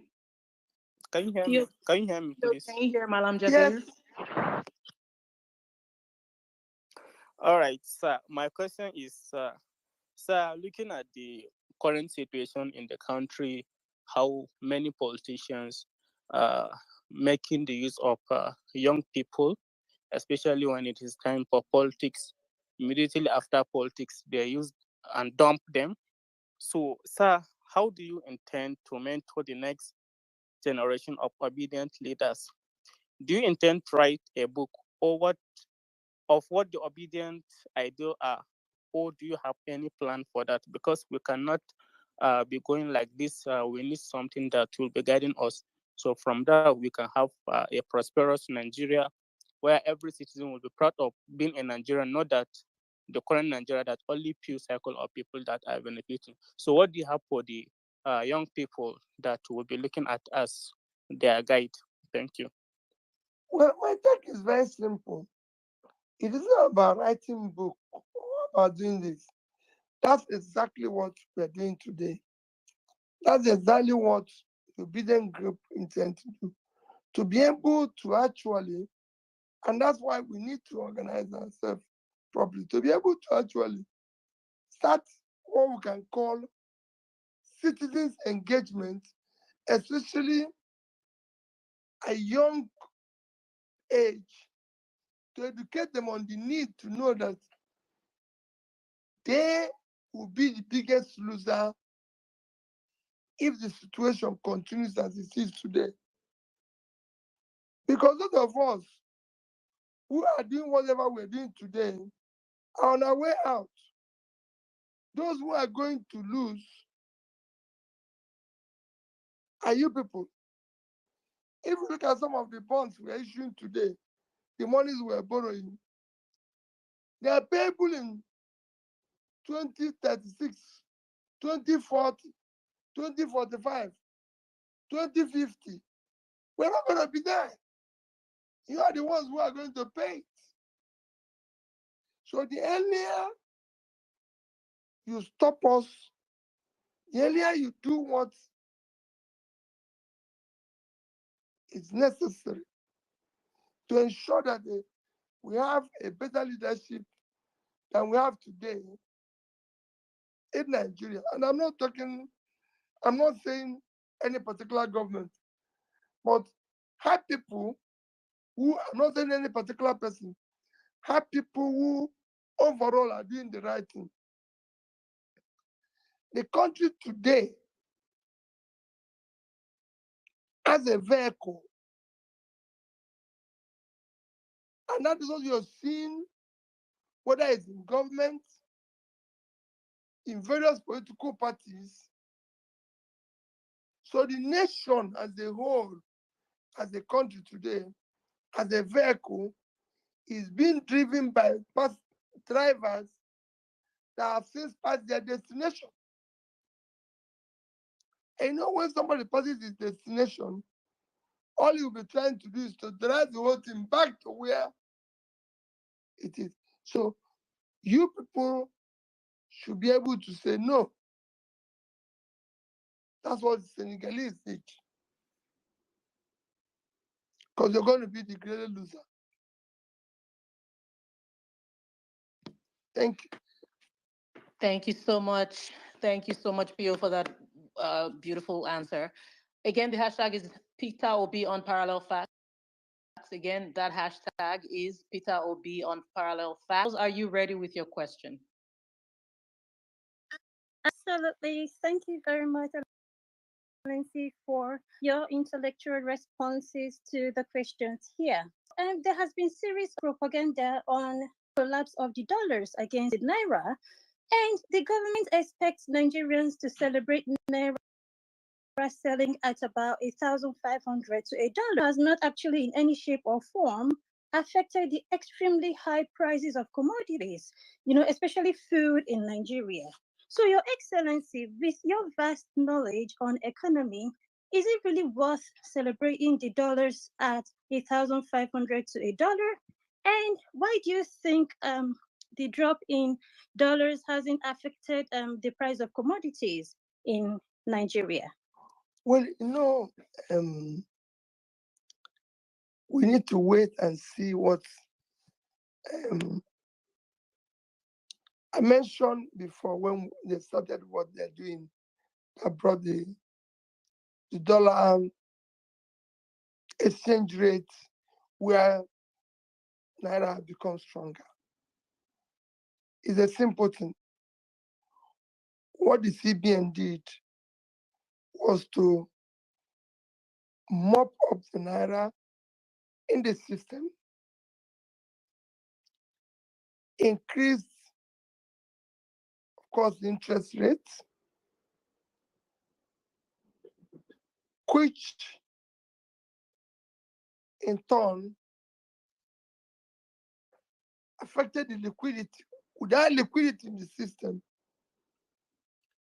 banks are not borrowing money. So there's no Naira to be able to borrow and buy dollars. It's just not simple. However, the consequence is that the manufacturers, the real sector, cannot borrow money at the rate where it is now, rate of over 30, 40, some are charging now as well as 40%. So nobody can borrow money today at 30, 40% and do business with it and be able to pay back. And again, the price of goods can't come down because what you've done simply is that you've said, okay, I'm going to remove liquidity in the system because I'm going to control inflation and control brings rate of exchange down, but have a high interest cost, which manufacturers now are going to pass on to the people because they're not going to absorb it. And the consequence of no Naira availability is that people, there's no purchasing power available. So they can't even buy the goods. So there's a lot happening that I believe down the line, this is me, it might actually be worse than what we are trying to prevent. Because companies are going to collapse. More people will lose their job. Because the borrowing cost today is high.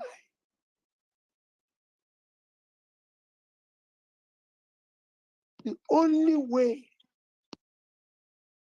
to deal with dollar issue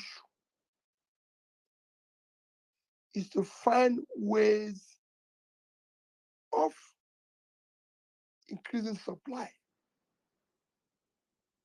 Temporarily, it might require you to borrow. Borrow and finance dollar-related businesses because they're going to borrow and use it maybe through the banking system, through this, to support businesses that can generate more dollars. Be able to go out and deal with your sources of earning foreign currency, like oil. Long-term, support production for export. This might work better than what we're doing today. But, in economics, we use all things being equal. We're not certain. But I can tell you, today, things are still tough for Nigerians.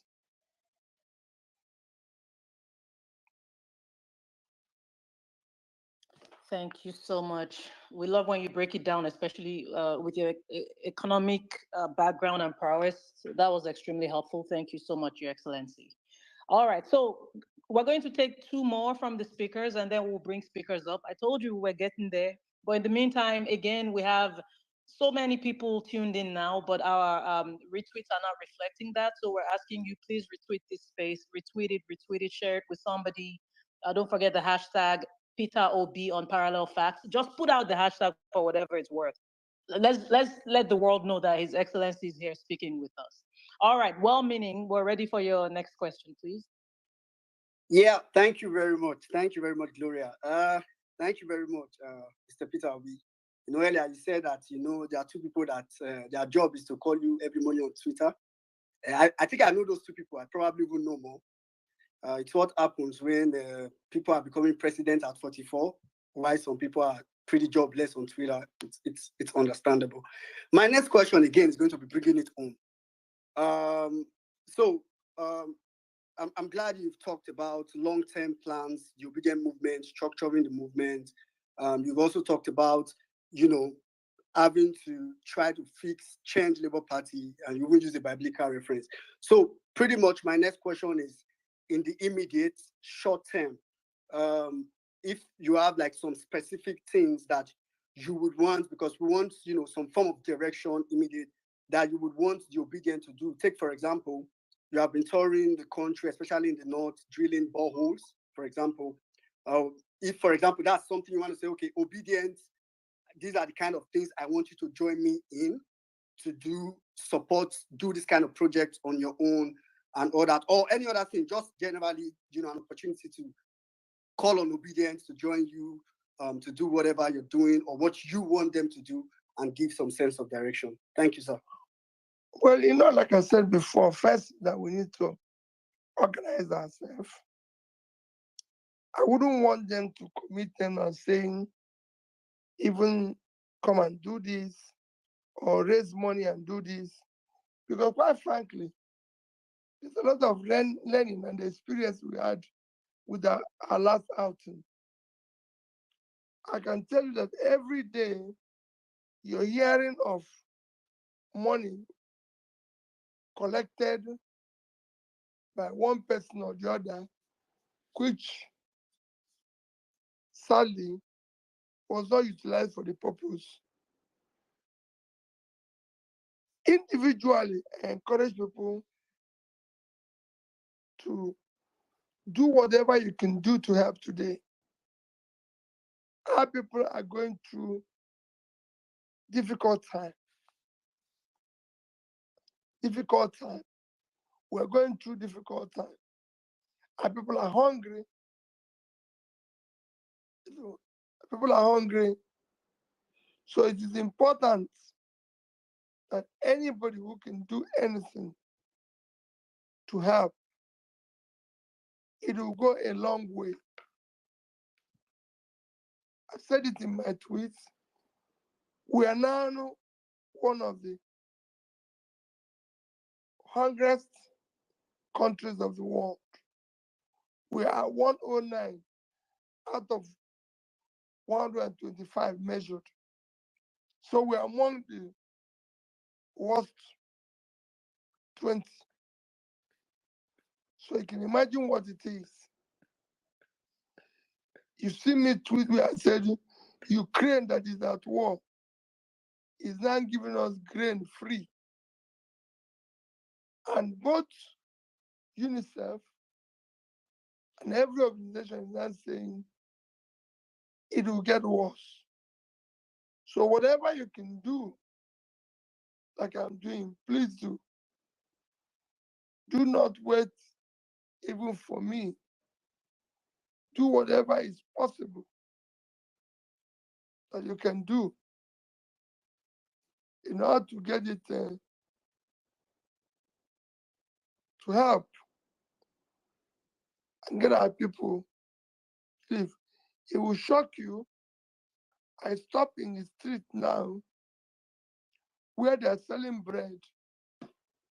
I ask question, how much is bread? They say it's 1,000.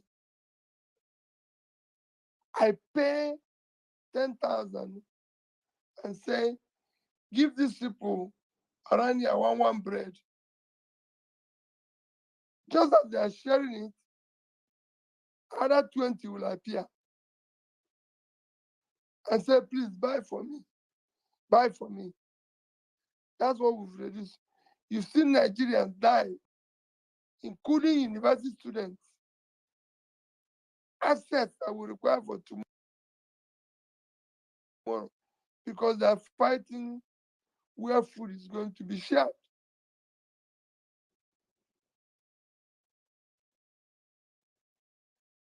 So whatever you can do to help individually, do collectively.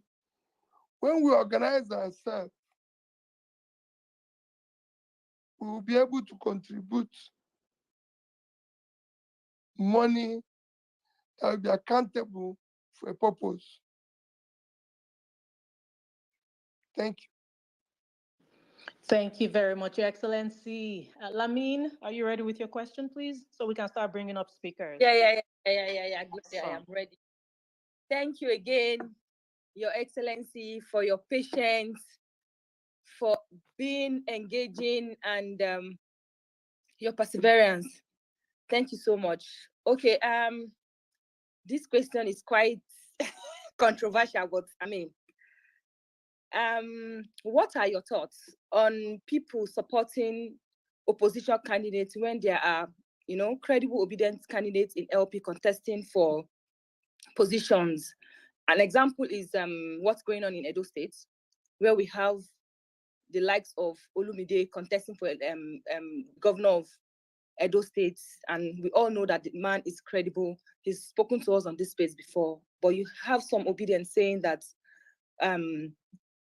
they can support PDP and they can support APC if they choose to. So for the likes of us who think that things should not be done that way, I'd like to know your thoughts about that. Okay, let me first make a comment. I've also been accused of not supporting Olumide categorically. Olumide Abana is our candidate. And that is the person I support. Is the candidate of Labour Party. And as of today, I'm still a member of Labour Party. I don't, and I will never do anti-party while I'm the party. If I'm going to do so, I'm going to make it categorically clear. And like you said, he's qualified for the job. Primaries have come and gone. You can have anybody you're supporting. I can have anybody I'm supporting. But that has passed. He's now our candidate. He enjoys my support. And I plead with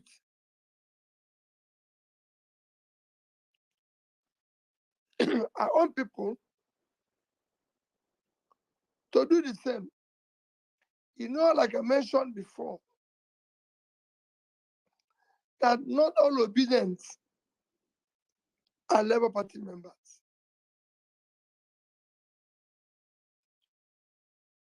Labour Party, we must support him.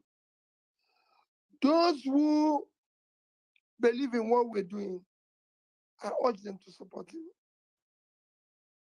And in the coming days, we will campaign. So it's not when people say they can support anybody they like. Well, I want them to give us convincing reason why they're doing what they're doing.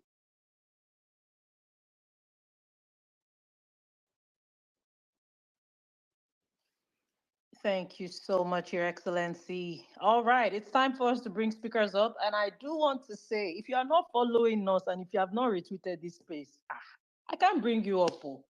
Okay, I'm kidding. I'm kidding. I'm kidding.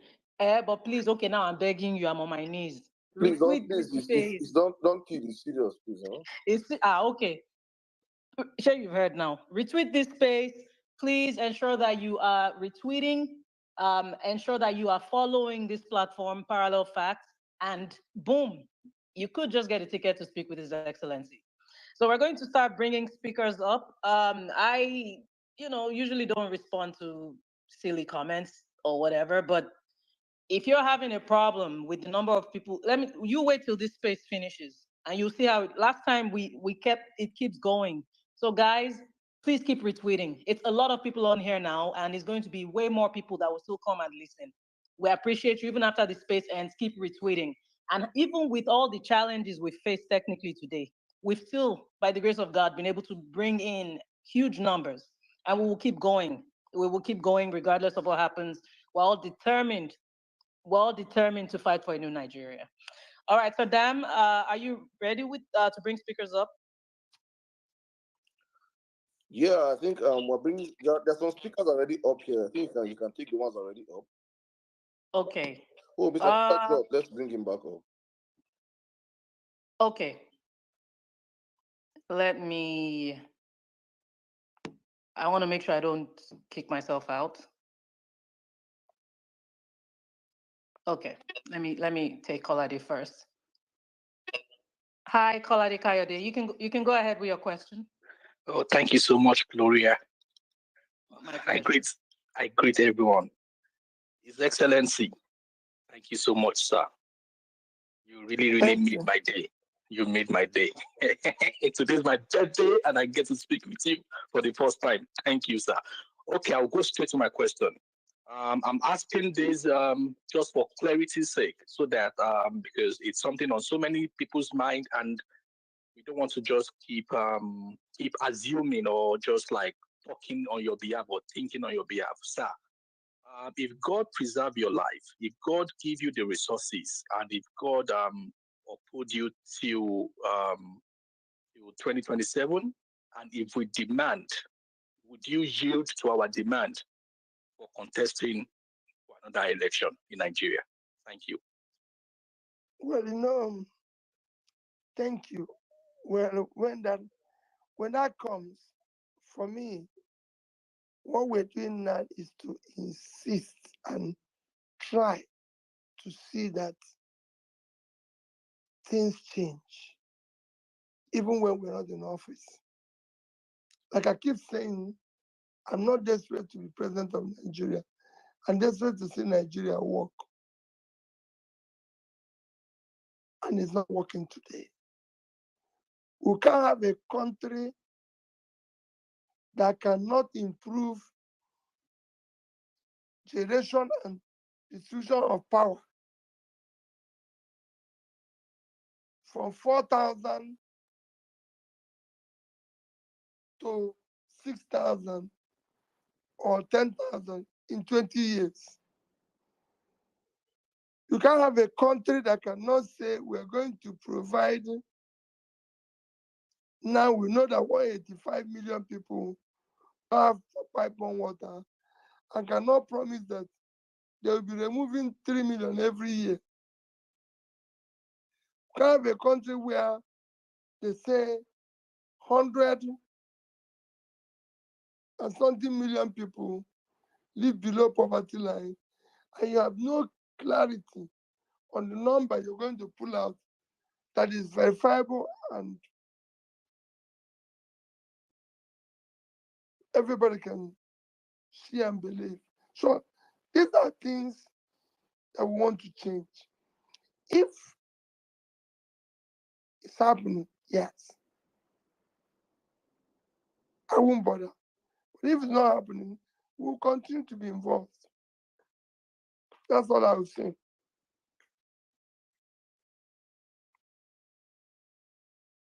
Thank you. Thank you very much, Your Excellency. We appreciate you. We'll take another speaker now. Jimmy, please go ahead. Oh, okay, that was quick. Good day, Your Excellency. Nice to have this conversation with you again. My question is quite straightforward.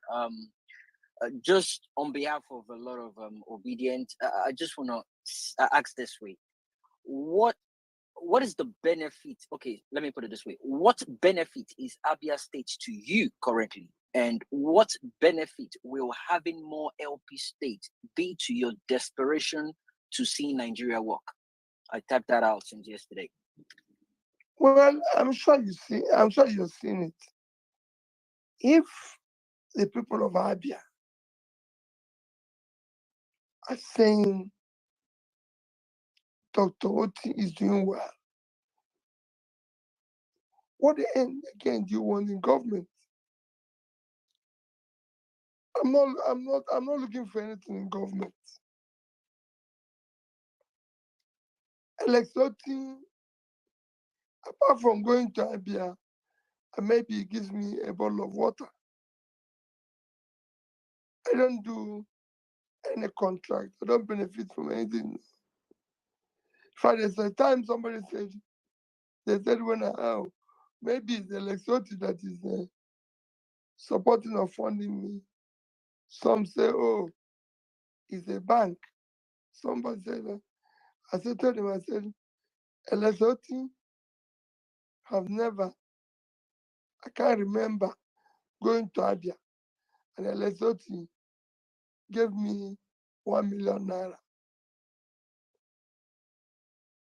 They turn and say, oh, maybe I own Fidelity Bank and they do this, and I laugh. Fidelity Bank have 550, about 540 something thousand shareholders. And so are so many other institutions. So, and I can't remember them again giving me, let me not say they have not given me 1 million because they might have paid me dividend that's above one, but giving me other than what I will earn as dividend, say 1 million naira for anything. No. It is people like you who will call me and say, Peter, you're doing this stuff, not. Can this my 5 million do anything for you? I say, yes. If I have 5 million now, I can provide water.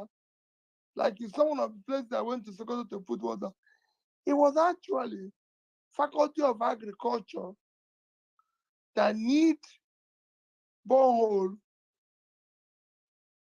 in one of their facilities. And I was shocked when they said, this is the first time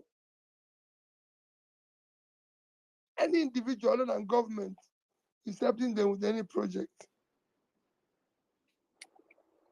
So that's basically. Sorry, sir. I think you misunderstood. But I'm coming. That's okay, basically what Abia is doing. So if you have more Abias where citizens are happy, cumulatively, you have a Nigeria where citizens are okay. We need to replicate the feeling governance is about the people. When the people are happy with governance, then you celebrate it. So if people are happy with, say, governor, we want the people in other areas, Edo, Ondo, Bayelsa, anywhere, to feel the same way.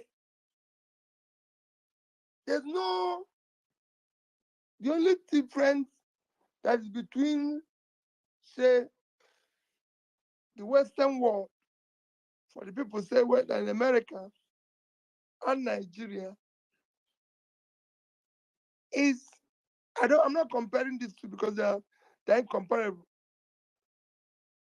But the only thing, the feeling of the people that they can go home, there's water, the air they breathe is not different, same air.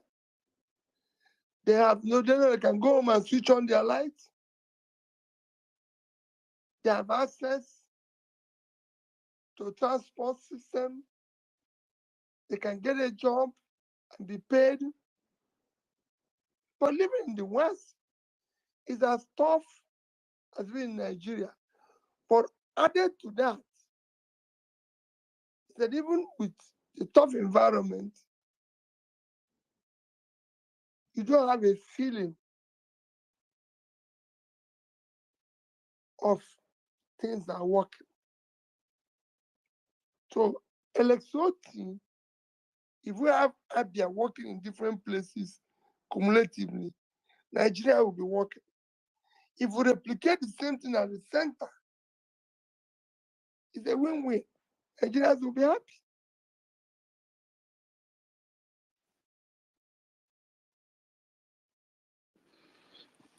Thank you so much. Thank you very much, Pio, for that response. Mr. Stephen, please go ahead. Your Excellency, thank you very much. My name is Stephen Osemiki. Very delighted to be in the space, and thank you to the ParallelFacts team. I had a question around the Edo election, but the PO has put paid to that question. But so I want to ask my second burning question, Your Excellency. Thank you for joining us on this space. My question is on INEC. Most of us that went through this process with you through 2023, I was on spaces several times advocating for real-time beavers uploading results. And Mahmoud Yakubu went about, the current chairman of INEC, promising, even in Chatham House, that the results will be uploaded real time. And we know the story, how supposedly it was switched off.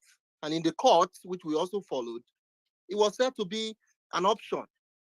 Can we put pressure on the current National Assembly to codify it so that if we go again in 2027, God willing, it will no longer be an option, that results will be uploaded at polling units so that our results will reflect?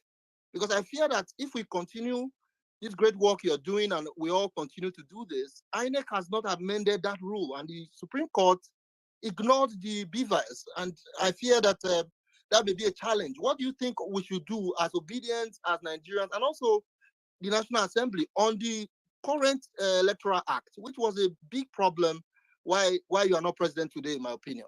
Thank you, sir. Well, I think it's a very, for me, this is not a question. This is a suggestion that all of us will have to work hard on. Because like I said, it is important that you know that it's not everything that is question. I'm also learning, like you people are learning. I'm also listening to you. I want some of you also to tell me what to do. What you ask now is critical. Is there something that we'll all engage in? I've taken note of it. We must now ensure that issue of what they said last time is not, they have an option, should no longer be an option. And it will be followed. That's what I'll say on this one. Okay, thank you, sir. I would, just to conclude that part of the question, I would please ask that when you meet with the National Assembly delegation from our party and also the opposition, which includes the PDP and all other interested parties, let them bring it to the table. And we as Nigerians will support that effort so that we can be sure that the votes of Nigerians will count 100%. Thank you, Your Excellency. Thank you, ParallelFacts. All right. Walchester 04, you can go ahead, please.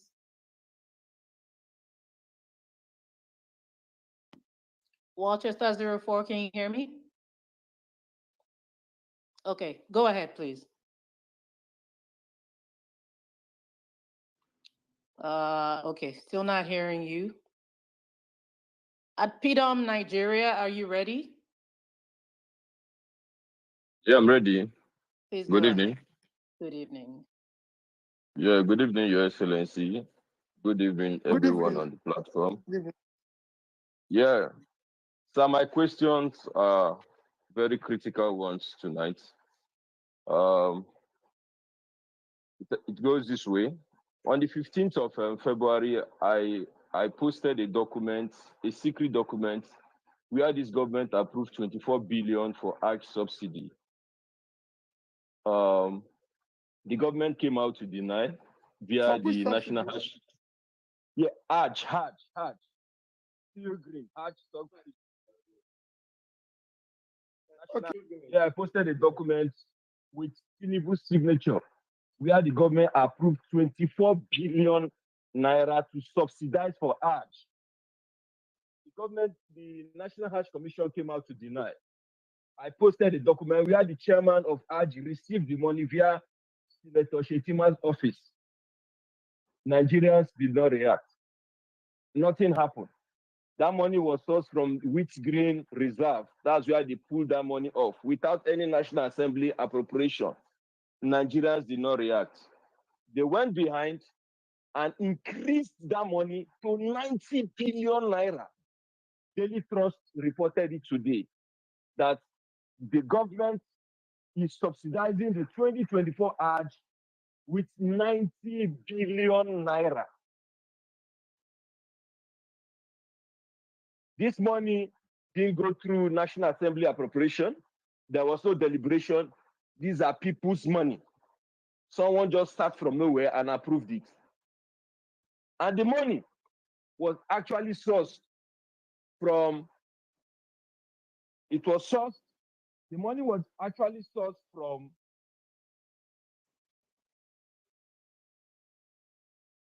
can you hear me? Yes. We can hear you now. Yeah, the money was actually sourced from service-wide votes. That is where the money was sourced. Although no Nigerians know about this. That's where they sourced the money because they've already crashed down the Wheat Green Reserve. They finished everything in it. They have to go to the service-wide vote to source the money without any National Assembly appropriation to subsidize for Hajj. I'm waiting for the government to deny. They deny today. Tomorrow I will post the document with Tinubu's signature where I approve the money to be given via the Minister of Finance's office. I will post the document. Now, the question I want to ask you, sir. In 2027, God willing, by the time you take office as the president of this country, will you prioritize pilgrimage as against student loan? 5 billion for student loan. This government is dragging his foot to approve it. But they are using 90 billion for people's personal religion to subsidize for religion. Will you prioritize such acts if you become president in 2027? Okay, thank you. Thank you. The president, will you allow, will you use your office to approve such money without National Assembly appropriation? Okay, thank you very much. Situation that we are in right now, what should Nigerians do? What should Nigerians do for the government to stop this rubbish they are doing? No, I've listened to you. My own take, which I want to follow up immediately. Let me be honest with you. I'll prioritize number one, education. Because we must put the people out of poverty. And it starts with education of the people. We pull the 20 million young people that are today out of school. We make sure we put the resources for them to go back to school. I'll prioritize health because we have people dying today because of no health facility. We have overtaken India in infant mortality. Mothers and children are dying, and it's worse in the north because of non-availability of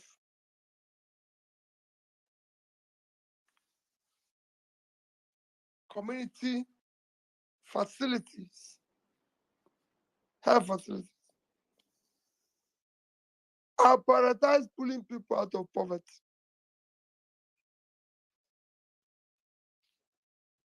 This is where we require to put in our resources.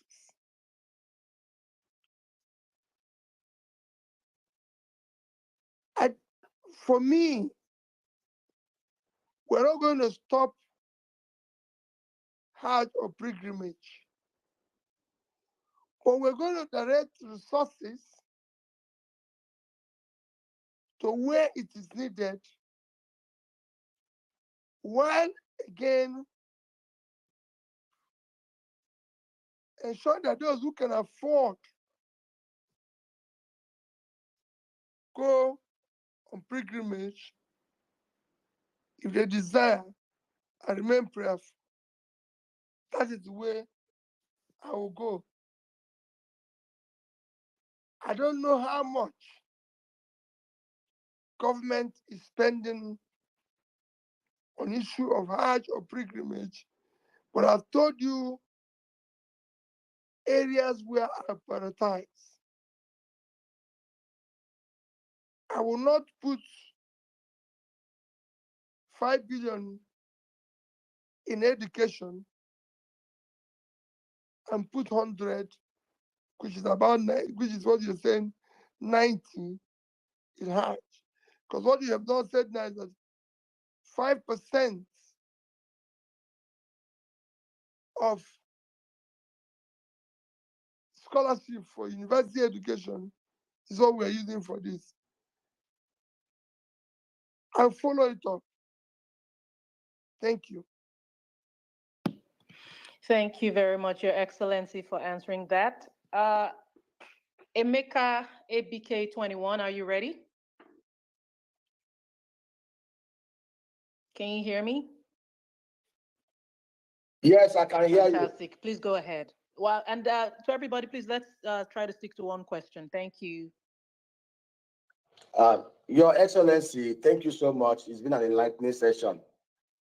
We know you're very passionate, in the fight against poverty, how we can eradicate poverty in Nigeria. Using the massive agro value chain that we have in Nigeria, which can give us nothing less than $100 billion if we have committed leadership across the 3 tiers of government. We cannot wait till 2027 because from the direction we are seeing today, if we do not take alternative private sector-led arrangement, more Nigerians will enter poverty. I am asking Mr. President, if it will not be good, you have a platform, you have loyal obedience across the world, tens of millions of honest and committed Nigerians who are committed to the visions that you embody. For you to set up what we call PO alternative actions to eradication of poverty, where we can drive up collective funding and do critical private sector intervention to set up agro clusters across Nigeria under the obedient movement, create jobs for Nigerians, provide direction so that when they see what we are doing from the private sector, they will be forced to take action from the government sector. I think that should be a good direction, sir. PO actions, active actions for eradication of poverty, private sector-led interventions on key critical agro clusters in Nigeria. The obedience will support it and we will see the impact in Nigeria. Thank you, sir. Well, what is suggested now is very good and can work in any other normal country, but not Nigeria. If just doing Twitter space is being attacked,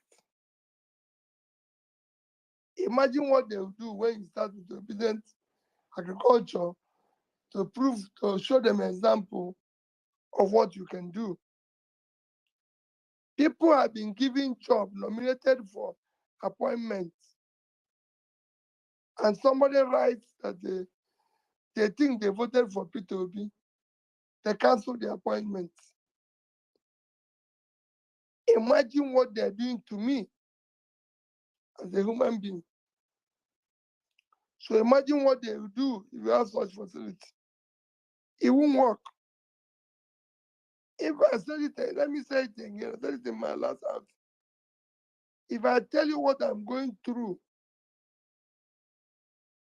in hands of government, you'll be asking me, Why are you not on the streets shouting? However, it's not a problem. If you choose to serve, you must be ready for certain measure of problems. So it will be tough. It's a very good idea that we can use whenever we have opportunity to ensure that all our vast uncultivated land, something happens.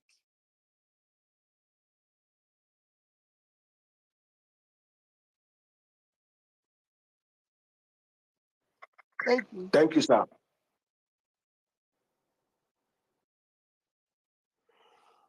All right, thank you very much. I think we've lost Gloria. Thank you for the questions, Mr. Emeka. Okay, let's go on real quick, please. Guys, please.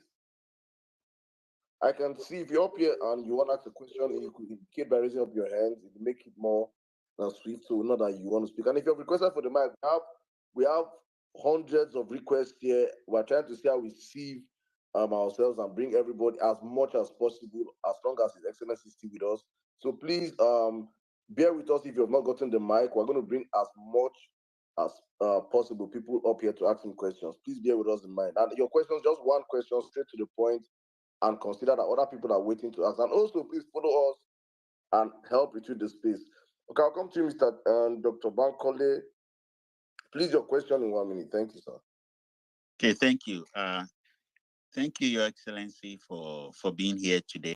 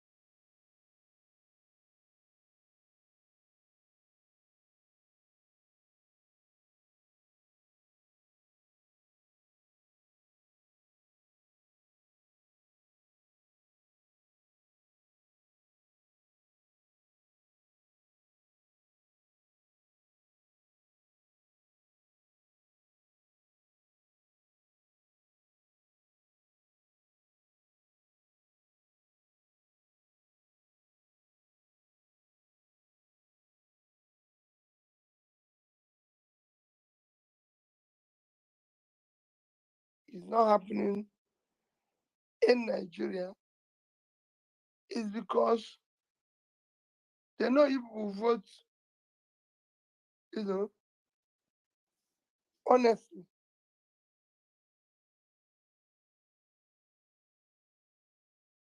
And that's why it's not happening. There's no reason why today, in today's world, Nigerians in diaspora cannot vote. Besides, it's critical. You now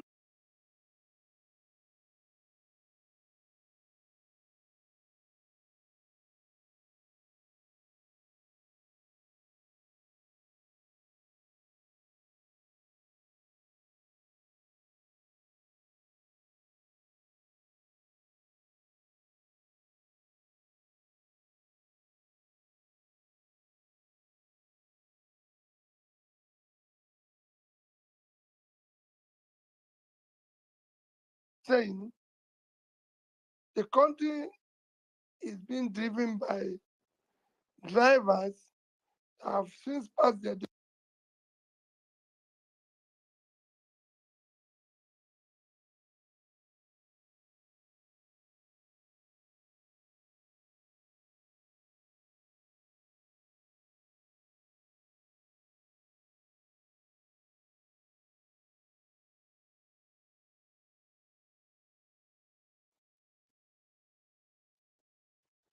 Thank you very much. Honestly speaking, this space is under massive attack. I don't even know how. Virtually, I think I'm the only one that's up here. I can't even see. Um,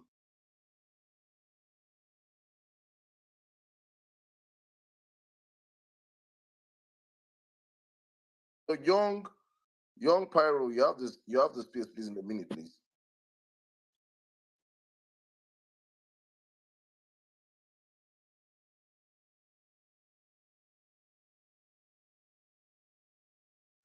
Hear me? Can you hear me? Yeah, please go on in a minute. You have a question. You have the space, please. Ask your question.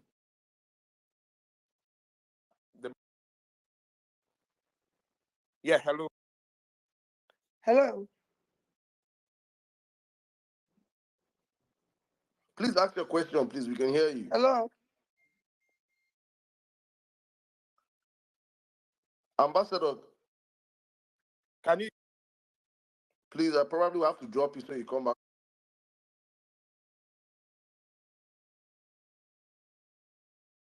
Please ask your question, please.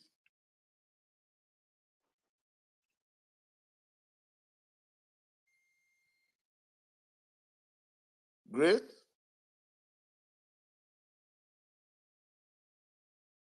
Am I the only one?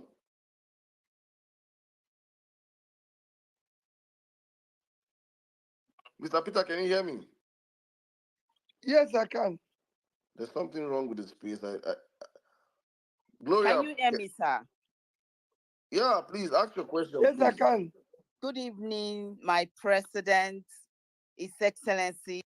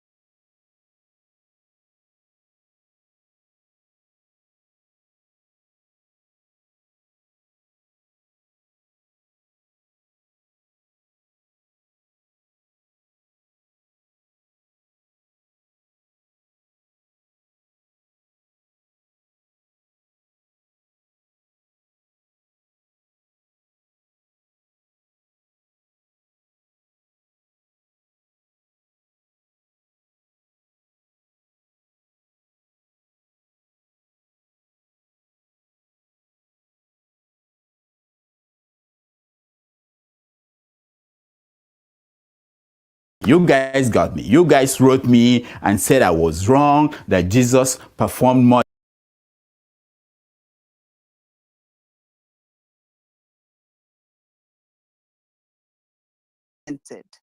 I engaged Nigerians, irrespective of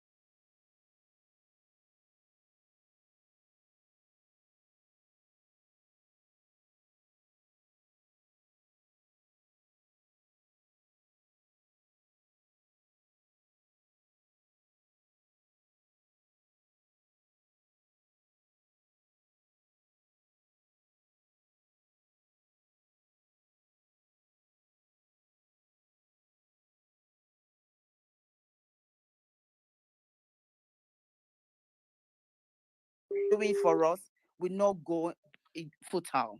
Will not. Thank you, ma. Thank you, ma. Let us know how to bring ourselves together. What I would have suggested is what. Thank you very much, ma. Thank you very much, ma. Thank you. Thank you so much. We just have to move past this stage right now because we have a whole lot of Nigerians that want to ask questions. Thank you. Please, guys, please, we have hundreds of requests here. People want to ask. Please, I know he rarely gets complimentaries on spaces, but please let's try and limit our complimentaries and go straight to questions.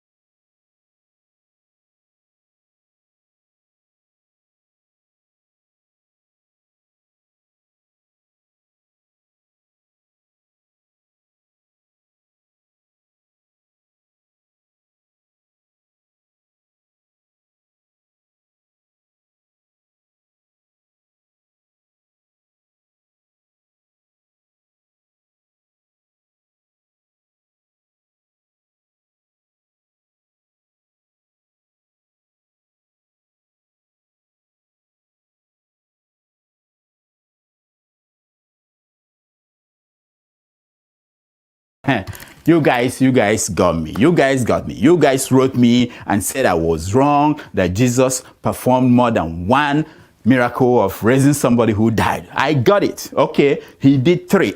Okay, I agree. I don't read my Bible. I don't read my Bible. You were right. I was wrong. But think about it. In 3 years of active service, Jesus raised only 3 people from the dead. But Pastor Chris Oyekinlome, raised 50 in 1 year. Think about it. In the last 3 years, he must have raised 150 people. Isn't that amazing? Can't you see what I'm trying to point out? Must you criticize every little mistake I make? Can't you see? Can't you clap for Pastor Chris? Jesus will be like, wow.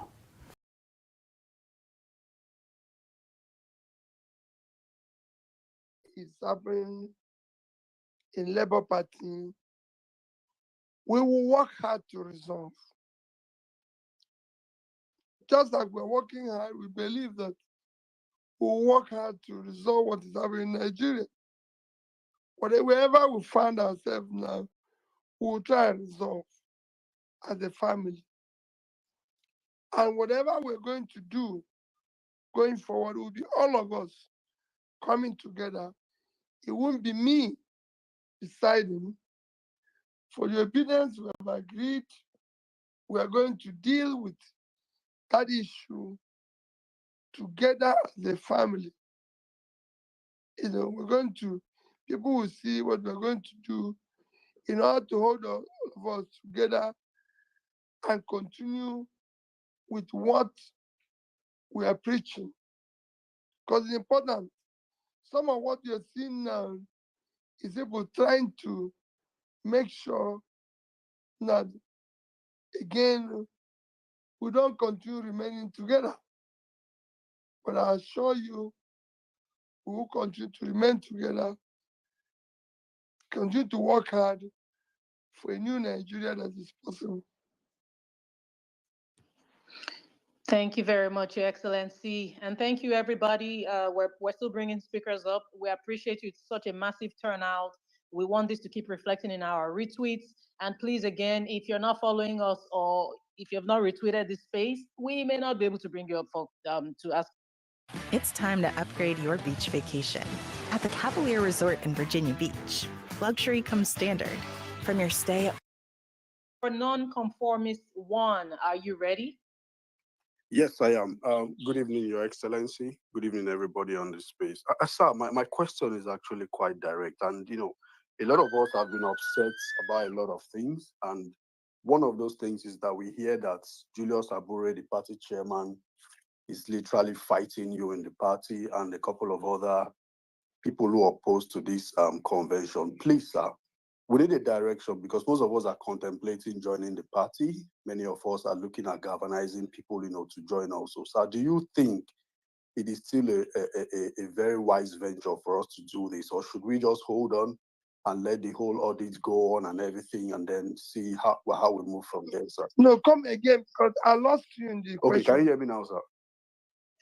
Yes, I'm Okay, hearing sir. you. So Yeah, go there ahead. have been conversations around the fact that the chairman of the Labour Party, Julius Abure, doesn't listen to you. He has a couple of issues he doesn't agree with you on. So it looks like he may not take advice, maybe not directives. So we're looking at joining the party massively. But then with all this kind of infighting, we are having double, we're thinking twice about doing this to know if this is where we will be, because we don't want to join the party and then he pushes you out, quote and unquote, and then, we now have to start scampering again and all that. So we want to know, sir, what is the direction about this going forward? Thank you, sir. Well, like I said before, the direction going forward is that we're here. We're here and we'll do everything to work with them. We'll do whatever is possible because we're there and we'll do whatever is possible.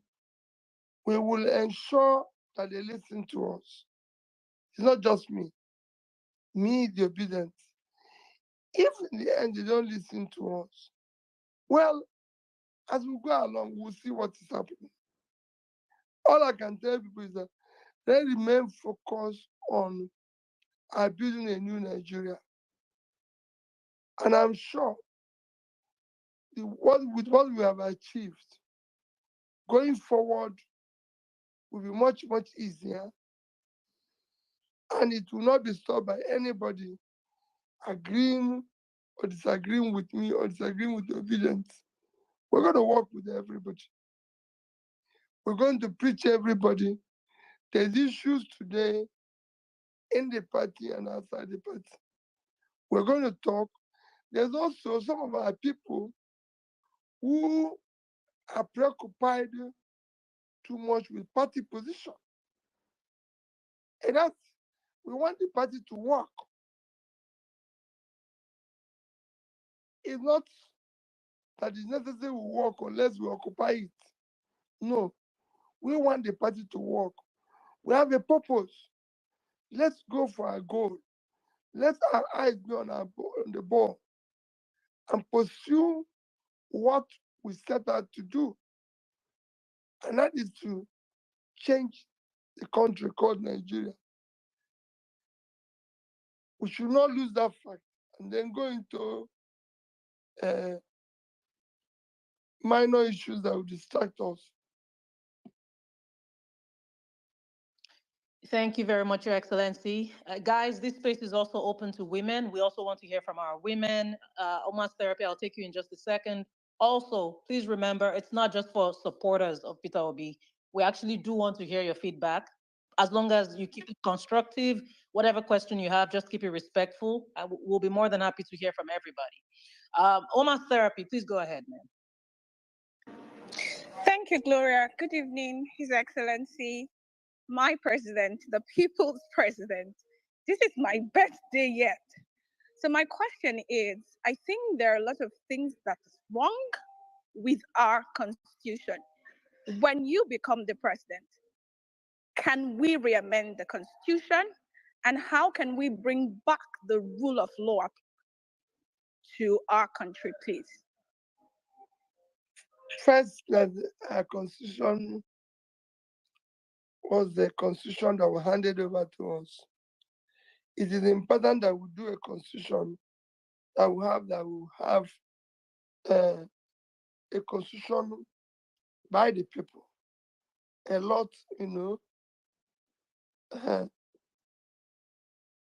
so when we do that, after that, after doing that, as a rule of law, the first person that should show a sign is rule of law, believe in it, live by it, is the president. I can tell you most of all these things you're seeing here. If the president focus on doing the right thing, you'll be shocked. It's important. And that, rest assured, I will do. Thank you. Thank you very much, Your Excellency. All right. I'm trying to see which order we came in. Please bear with me if I skip the order. At Chidiliti. Yeah, Are you ready? I'm ready. You're giving me a tongue twister with your name, but go ahead. Yeah, good evening. My Excellency, good evening, sir. My name is Chidi. Sir, my question is reference to Abia State. We can see the residents of Abia State or citizens of Abia State have actually been giving their votes to PDP for 24 good years, and for backwardness, and they've been rewarding this party for failure for 24 years until Alex Oti came on board. Now they are benefiting from good governance because of your message. Sir, you have tested leadership despite the difficulties in Anambra State, and you were able to defeat the obstacles.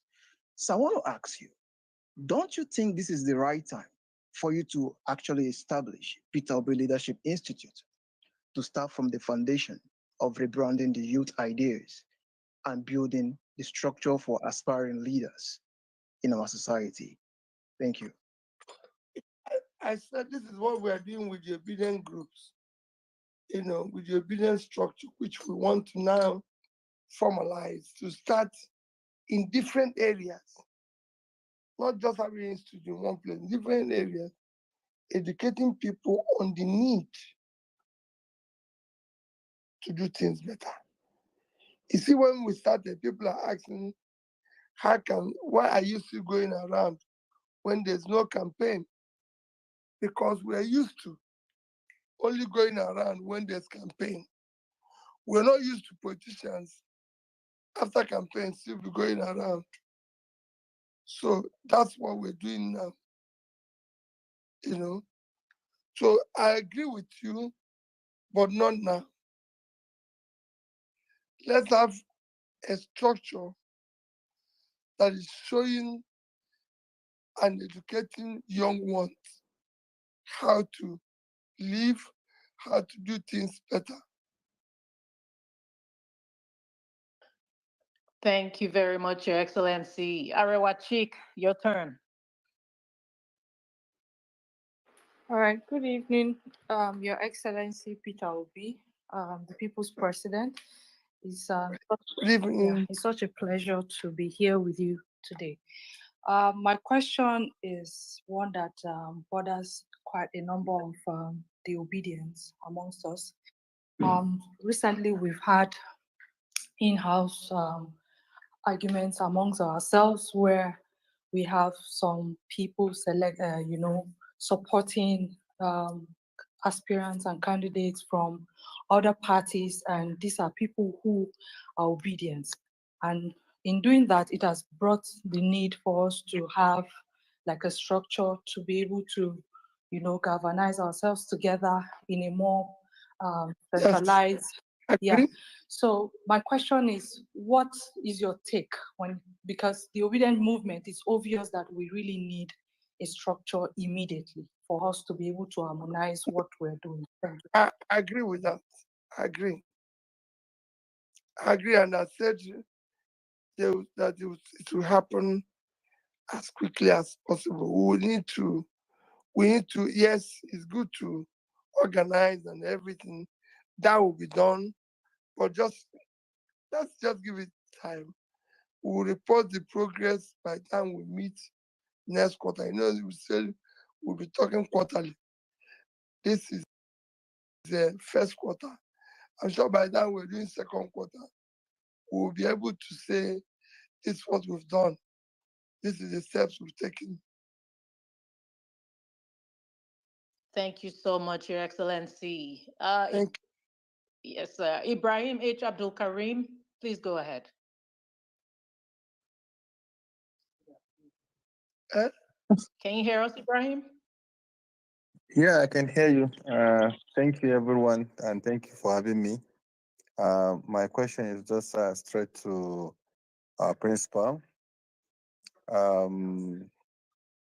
lot of people are looking up to you for direction, and the leadership is you. Most of the people that are saying that I'm one leg in the party, one leg outside the party, no matter what somebody is saying, we are looking up to you. So what we are asking is that the movement, as we see all over the world, statement like you, we have seen from Mandela to any other person that we have seen that have bring change to their people, are the leaders themselves. As you're giving yourself out for Nigerians, we really want to be there for us as the leader of the movement, so that the movement will move forward the way we have seen it all over the world taking place and being. You'll be coming here. This is your fourth time of coming to ParallelFacts to have a conversation with us. Can we have like a bulletin, direction, activity, take on? For example, today after this one, what are assigned to what? What are the goals we're supposed to achieve? So that when we come back next time, these are the steps that we have taken, and this is what we're supposed to be doing, so that every one of us will be engaged. Instead of us fighting each other, then we start to bring ourselves together to work for the benefit of what we will achieve for Nigeria, for a new Nigeria. Thank you, sir. Well, thank you for that suggestion. It is that, yes, with the other three engagements, we didn't discuss issue of the obedient groups coming together. We were more concerned about activities in Nigeria. So when we're starting today, when we talked about the obedience initially, somebody asked these are the question. I said, yes, we are now going to start talking about coming together, and that by the end of the next quarter, we will say this is our progress. Maybe we've had 1 or 2 meetings, and this is the direction we think we're going to go. Thank you so much, Your Excellency. Johnson Aguriga, you have the mic.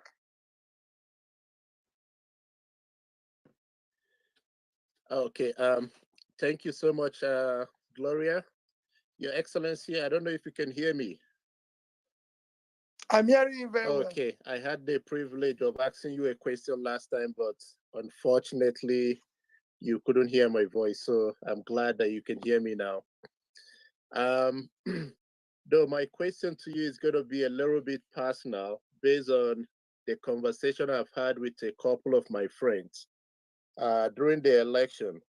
A lot of them have actually given up hope on Nigeria. So they said that last year election was actually their last hope for Nigeria. Please, please, I'm begging them. Yeah, so I don't know, like, what kind of advice, even on my part, we're trying to like see if we can host like a space group. We're trying to like galvanize Nigeria. Nigerians together. So we have like a group we call Toms, but they, from my observation, a lot of people, it's like their hope with what we experienced last year, they've actually kind of given up hope. So I just want to know from you, what kind of advice maybe you can actually give us, just for us to be optimistic that that new Nigeria is actually possible. Let them keep up hope. It's only last year that we did that attempt. Change is not easy. When a long distance race, please, they shouldn't give up. To give up will be worse. It will worsen the situation. But if we continue, we'll get there. They should please come together. Let's continue to push. Okay, thank you, sir. Thank you so much. And thank you, Glory. Thank you, ParallelFacts, for this opportunity. Thank you, guys. Our absolute pleasure. And I am glad I did identify you, and I said, oh boy, I hope he gets to ask Theo directly this time. And I'm so happy you had that opportunity. Nello, are you ready to speak with Theo? If so, please go right ahead. All right. Can you hear me? Yes, we can hear you. Good evening, Your Excellency. I'm happy Good evening. to be here today speaking with you. Okay. My question, from the last election, we saw, during the presidential election, we saw what happened, and we were able to win a lot of senatorial and House of Rep seats, before they shut down the server for the other one. And then some things happened, looking at River State, there was the River State incident. And then we saw going towards the governorship election that it's like a lot of these people learned from what happened in River State. So we had a situation whereby there was no election, where, it was basically, and also learning from, there was no election. They were writing these results for themselves. Then there's a Supreme Court, ruling that sort of emboldened, this whole lawlessness. Because to be very honest, a lot when we were canvassing for, the last election, we were very emphatic on the beavers and the fact that results would be uploaded at the polling units. It was one of the major reasons why we had people come out to go get their PVCs. We convinced people that, come out, stay there, make sure that your votes are counted, make sure that, it's uploaded. But with the ruling of the Supreme Court, I think that for us, it's going to be difficult, say 2027, to convince people to come out to vote, because if they take these results to the ward, they move them from the polling unit to the ward, and they write in whatever they want to write. They ask you to go to court. They ask you to provide, to come and prove that you won the election, which we all know that it's a bit difficult. So my question is, what are we doing about, ensuring that there's going to be electoral reforms, ensuring that, those results are uploaded at the polling units? Now we on our own part can come out and make sure that, and be there, make sure that our votes are counted, make sure that it's uploaded right there and there in our presence. If it's not done at the polling unit and they move it to the ward, that is cancelled. I think that, we need to really champion we will deal. You see, that's why I said these are things we need to champion for tomorrow, and we will do whatever is possible. Now we have time to deal with it. It won't be easy going forward for them to do it again. Okay, so I will take your They word will think for they that. can do it. We'll take your word that we are They looking up to you for direction on how to go about it. Thank you. Thank you. Thank you so much, Nello. I love the confidence with which you speak, PO, and this is the sort of energy we need, honestly, for us to just keep moving forward. All right, we'll take another speaker now. Again, guys, don't forget to retweet the space. The hashtag is PeterOB on ParallelFacts. That hashtag again is Peter OB on Parallel Facts. We appreciate you all so much. At Energize Ben, you have the mic. Go ahead,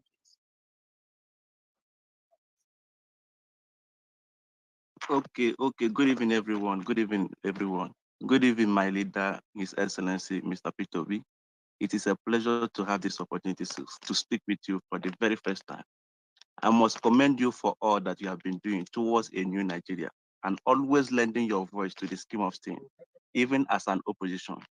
We are blessed with your leadership, which knows and always gives us hope that a new Nigeria is possible. Sir, as regards to my question, I only have one question for you. The issue. Hello? Yes, sir. Are you hearing me, sir? Hello? Can you hear Can you hear him, sir? I didn't hear. Oh, okay. Hello? Should I proceed? Yeah, please proceed. Okay, Sorry. my question is as regards to the issue of state policy. You know, the state policy issue has been at the front of national.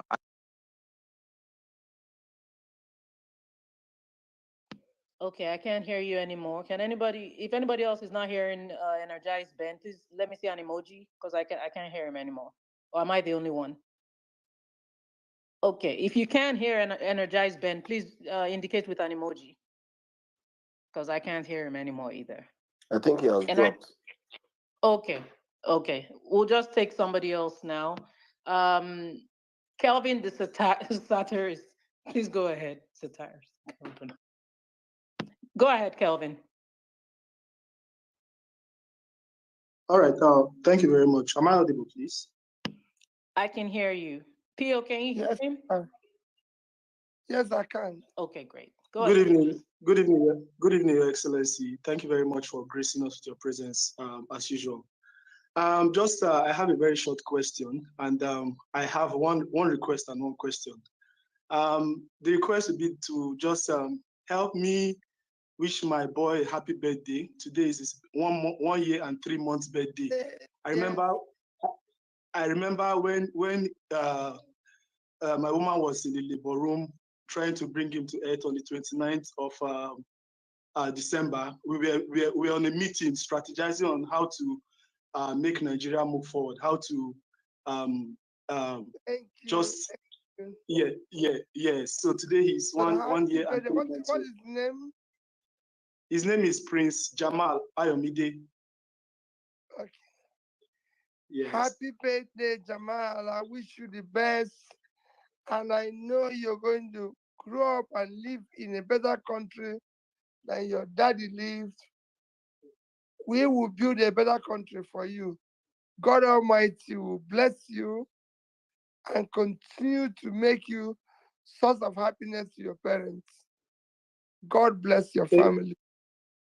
Thank you very much, Your Excellency. God bless you, Your Excellency. My question would be, sir, in clear terms, sir, what is your take on zoning? What is your take on zoning, sir? It has become a very, very serious issue, especially with regards to the election, the forthcoming election in my state, Edo. Sir, we want you to. Let me be honest with you, and I say it categorically. If I have my way, there will be zoning across the entire Nigeria. First is that I've said it categorically. The presidency should not have one second term. It should be strictly 5 years across 5 years, no second term. And it must be zoned across the 6 geopolitical zone. Wherever it comes to your zone, you give us the best. It will make people, I've said before, anybody who wants to do anything can show impact in 5 years and go away. And that should be similar in all the states of Nigeria, within the 3 geopolitical zones.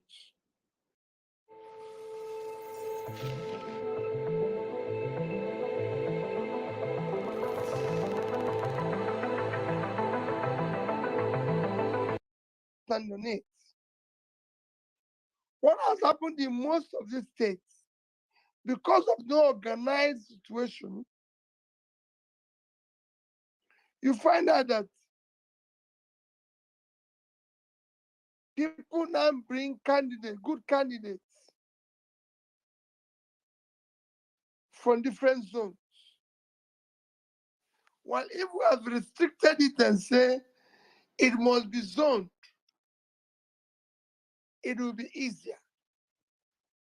It will be better to be more organized. And that is critical. Right now, everybody focus on performance, but within that performance, or people who have competence and capacity, even within this, we can find it in different zones of Nigeria.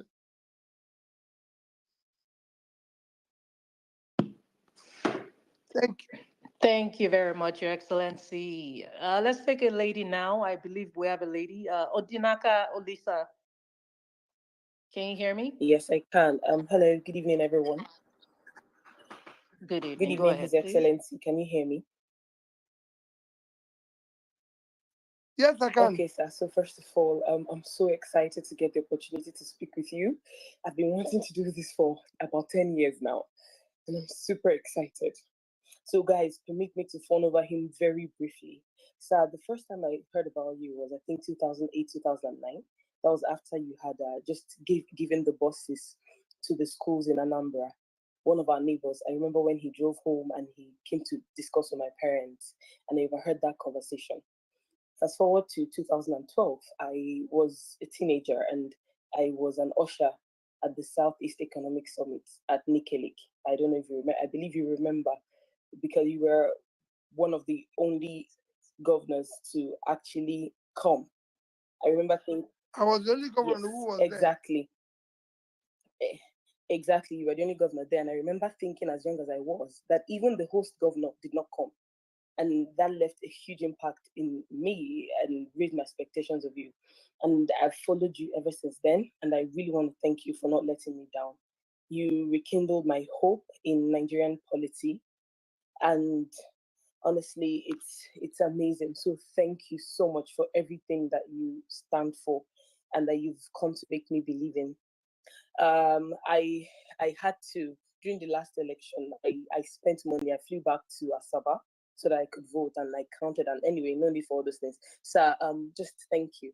My question, they've asked, people have asked my question and you've answered, but I'm a bit particular still about the situation of Labour Party.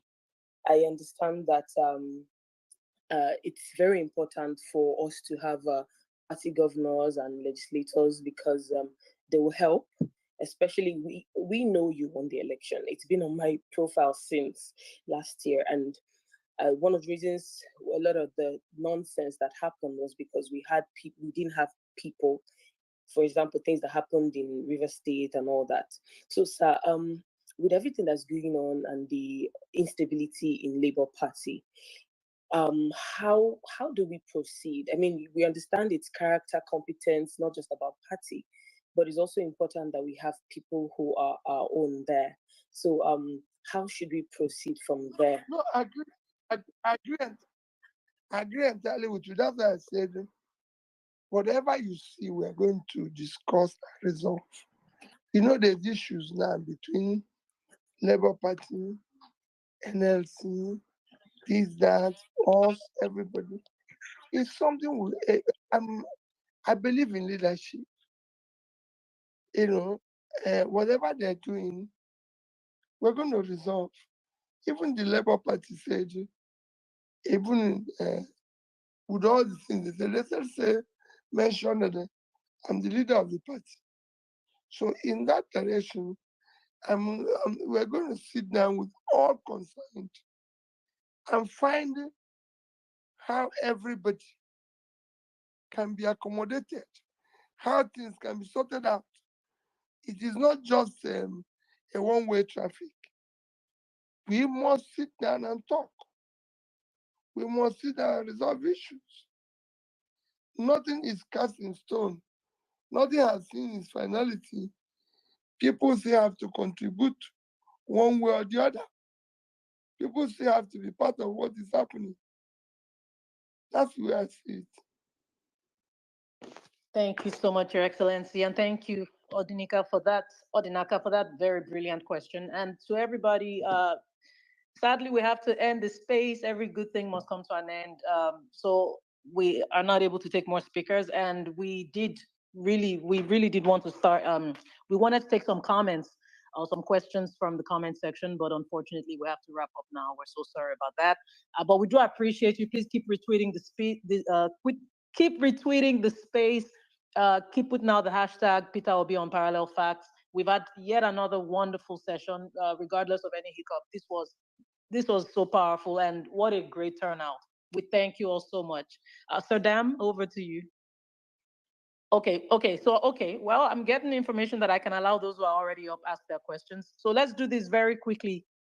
Please, let's do this very quickly so everybody can get a chance to speak with Pio. Ibrahim, okay, I already asked you, Ibrahim. Chief, Niche Benj. Madam Gloria, Yeah, go ahead. I was ready to swear for you. I'll just call you Chief. Go ahead, Chief. Okay, His Excellency, can you hear me, please?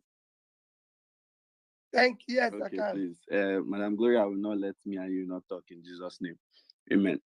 Amen. First things first, I just want to brag a little bit that we are birthday mates, plenty years apart, but still birthday mates.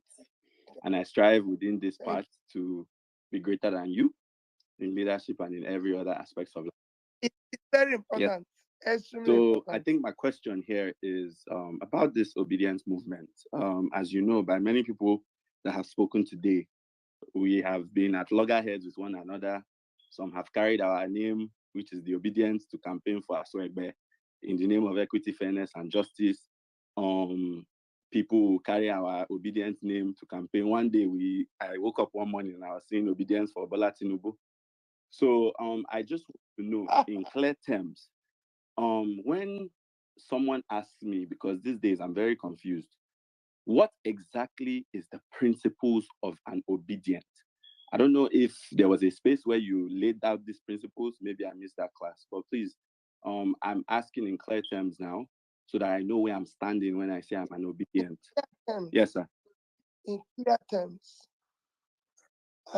going forward, in clear terms, going forward, is to support good governance and what is good. And you, as a person, living it by doing the right things. In fact, when I do my conclusion, it's one of the things that I'm going to plead with people. So that's the thing, clear terms. Good governance, is it limited to a party or is it going across all boards, APC, PDP? Just to round up that. Yes, please. Thank you, Chief. Very good. Very good. I urge people, now we're in a party. We will ensure that that party produces a competent candidate. If they don't, we must tell them there and there. We say no. So far, we've worked with a party where we were also obedient to them. Now, we must be able to sit down and say, this is yes and no. This is not correct way. You know, we joined the party and went for election. So there was no really time to start saying this is right, this is wrong. But now going forward, we must do that. People, we must ensure strict accountability. We don't need to start bringing in auditors again before we say this is wrong, this is wrong. No. We will ensure that things happen now the way it should. Thank you, Your Excellency. Oga, go one with or comment. I already died. Yes, I don't think You have the mic. Go ahead. Chief Honorable One, Peter Obi. Good evening, sir. Hello, sir. Pio, can you hear him? Hello, Yeah, sir. no, I'm not hearing him. Oh, I need radio. Okay. How do we do this now? Go ahead. Can you hear you. okay? Can you still hear me? His Excellency. Good evening, sir. He can't hear you. Oh. Don't worry, he'll play this recording back, I'm sure. Will you like to ask the question? And I just Yeah, I wanted him to give us a word of encouragement for those of us who are obedient in Delta State. We really need this encouragement because a lot of us seems to be, some of us have lost our ways. I won't say lost our ways in the sense that a lot of people, what people have been complaining about, that they have lost hope after the presidential election, and there was an issue coming up where the state governor was trying to modest the obedient in a way that they should come to PDP. So we really need this encouragement because Delta State as a whole, one moment, as an obedient. Yeah, I'm hearing you. Yeah, go ahead. I was telling Pio to So, yeah, but go on. Yeah, let's wrap it up. so Go ahead, yeah. Go ahead. So as an obedient in Delta State, we really need this encouragement, the words of wisdom as a father and also a leader. So I can't wait to hear from him because definitely Delta State needs some more for him to speak to us. That's my question, and God bless him. Now, good evening. Thank you so much. Pio, so what he's asking is, well, he wants a word of encouragement for obedience in Delta State. He says that some have lost hope after the election and even hinted at maybe being lured to another party. But basically, the youth in where is it? Sir? In which state? Delta State. Okay. Yes, sir. So any words of encouragement for them for obedience in Delta State? Well, I remain, I was going to end with that to say to all the obedience, I remain sincerely appreciative of your efforts in 2023. And I don't want you to, in any way, feel you lost the election. No, you were a winner. You won the election. You showed greatness. You showed that you were there.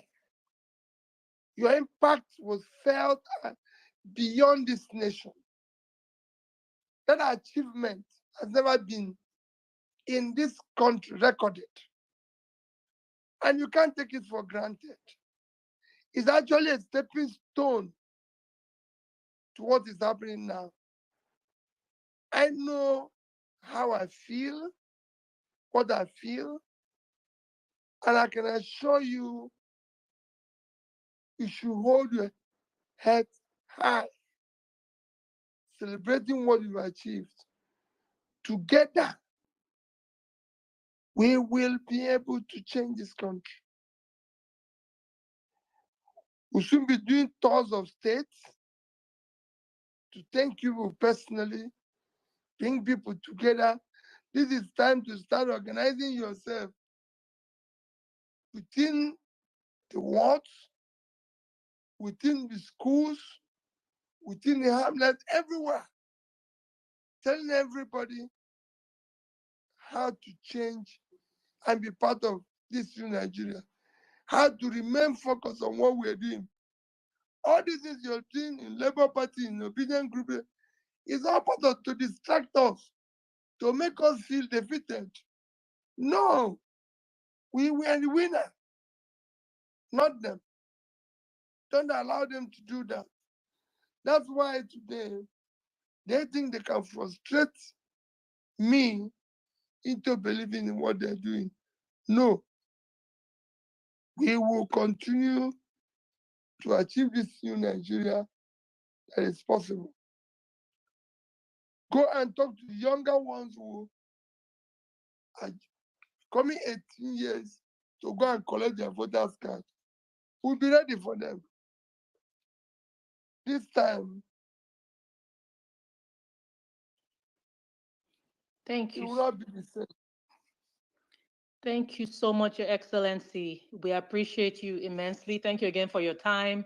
Again, we couldn't take comments, and this was mostly because the questions we saw in the comment section were mostly questions that had already been answered. But we see you. We appreciate each and every one of you for making this a huge success yet again. We thank you. Keep retweeting the space. Hashtag Peter will be on Parallel Facts. The space will be posted, very likely pinned to our profile. Please feel free to come back, play it over and over and over again. We appreciate you all so much. Don't forget us. We're also on Facebook, Parallel Facts on Facebook, Parallel Facts on YouTube. You can also go listen to this space. It's on YouTube live as we speak, but that will be available for you to listen to as well. We're on Instagram, the Parallel Facts, THE Parallel Facts. Please go on and show us some support, show us some love. Sir Dam. All right, thank you very much, Gloria. Mr. Peter B, thank you very much. I don't know, I think you've dropped your parting words already for us. No, I haven't. Okay, let me give you the space so you can now talk to Nigerians. Let me first is to again thank Sadama. I thank you and your team for the great work you are doing, and I urge you to continue to do things in this direction. To all the listeners, especially the obedient group, let me again reinstate, we have a candidate in Edo, Olu Abata, and that is our candidate. Let me appeal again that we restrain and exercise patience while we go through the process of trying to resolve all these issues within our party.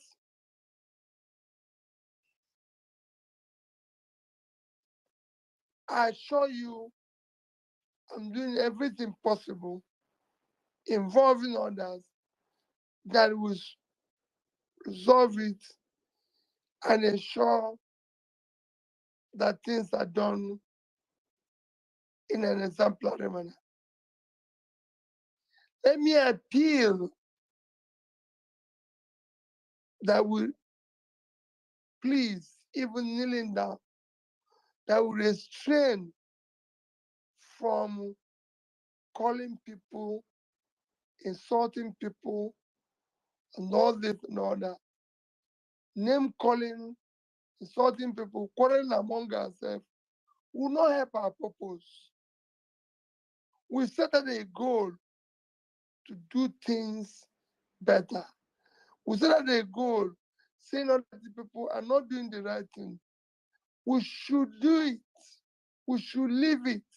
We should talk it at all times. We don't get anything from calling anybody's name. Look at my politics. I said it. Go and look at all those presidential candidates who took it personal. Go and check all the people who are calling me names. It's not my business.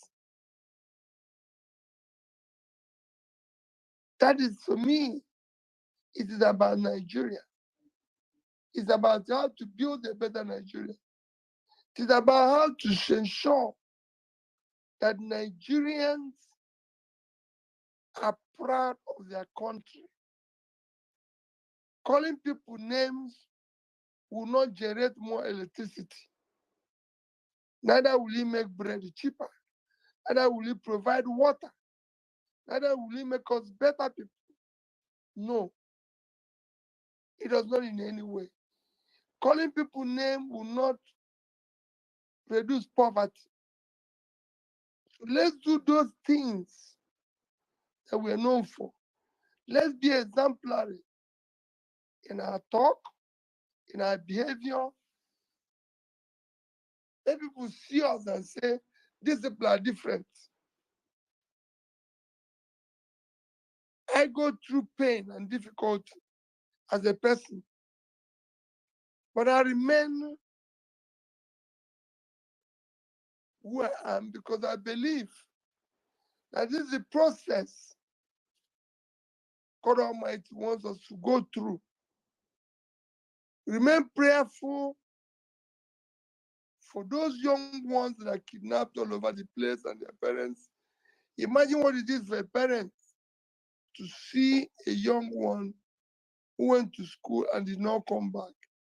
Let's remain prayerful. One day we'll start solving this problem. I've always said solve them easy. And we will start from north to south. Because the moment we're able to ensure that farmers go back and we support agriculture in the north, we will create more wealth for this nation. And we're able to feed ourselves. Food inflation will reduce.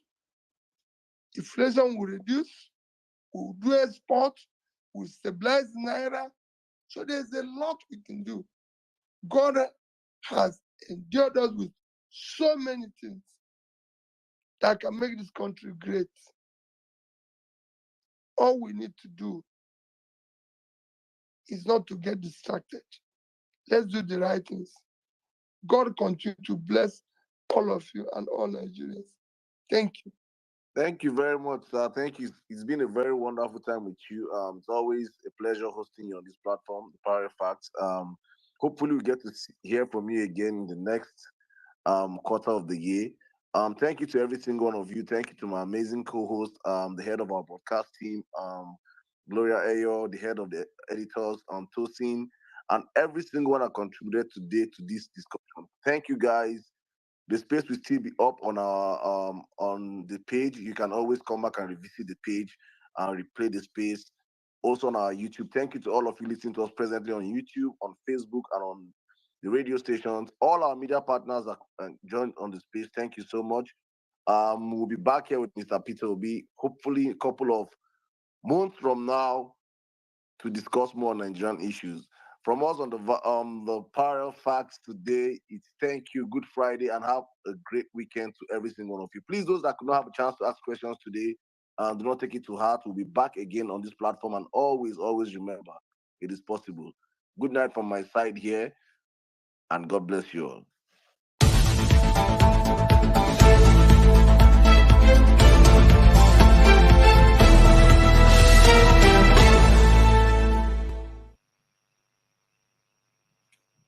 So good evening. Abito Shaker. When I'm saying powers, I am not making it, I am not a joker. Google all my miracles. I standing before this altar, tell you that I will use power to stop dollar. I will start in dollar to bring down dollar down with Abito Shaker, and I perform it. No pastor try that kind. No pastor say that kind thing. I will still bring down the dollar and I will still handle the presidential seat of Nigeria. I have never said anything without perfected it. Google about my miracle.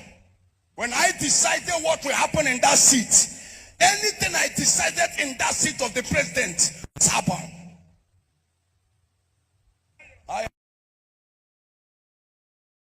I said, if Ahmed Bola Tinubu fails, hold me responsible.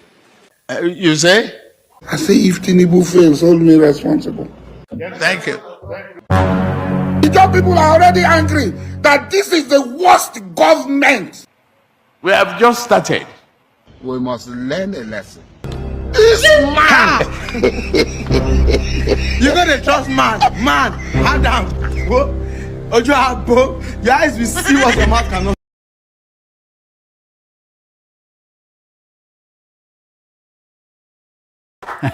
You guys got me. You guys wrote me and said I was wrong, that Jesus performed more than one miracle of raising somebody who died. I got it. Okay, he did 3. I agree. I don't read my Bible. I don't read my Bible. You were right. I was wrong. But think about it.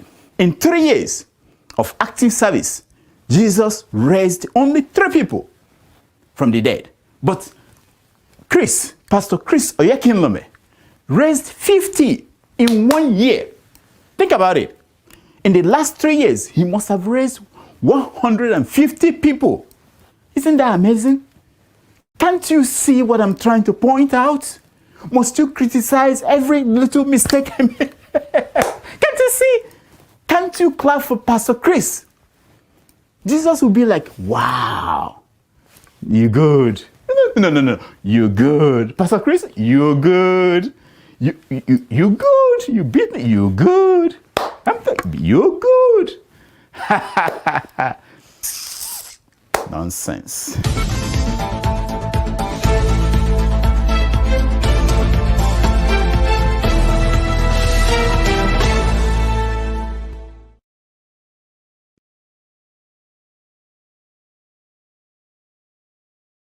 All right. So that was a special broadcast. We connected to Ginger Media and the space, Twitter space, where we had P2B speaking to Nigerians, especially the obedience movement. He talked about several things. And I wanted to know if there are people who listened who wanted to review what they had. Or maybe we can wait till tomorrow morning when we are going to come here on 9, on Javier Say 247 at 12 noon New York time and 5 p.m. Nigerian time. I know it's late out there for most people, but I just wanted to thank you for joining us. It wasn't something that I initially planned to carry live, but I was lucky that someone alerted me. It was quite interesting, the range of topics that he discussed. We had, while that was going on, I got a message that he will be in New Jersey on April 14th. During that visit, he will be on this platform. The nature of that is something that we will work out the details and let you know in days to come.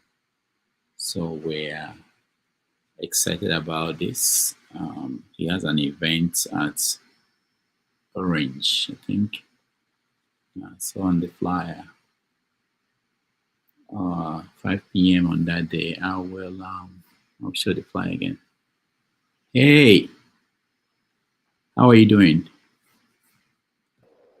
I can see Love Nigeria. Love Nigeria, we don't normally let people drive and talk to us, so I will let you go. Omulu, how are you? Can you unmute yourself?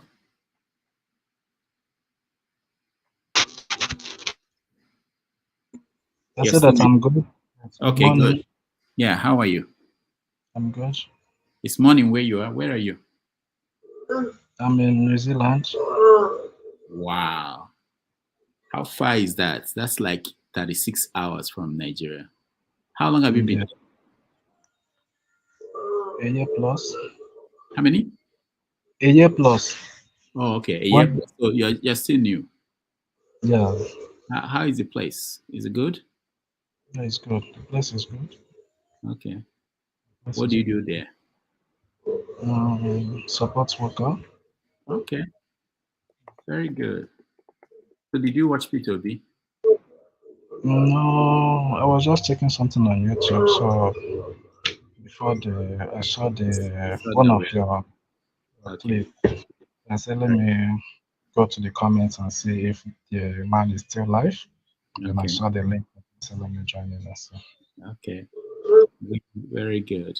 So how is that? You left Nigeria a year ago to New Zealand. How is that different from Nigeria? In what ways?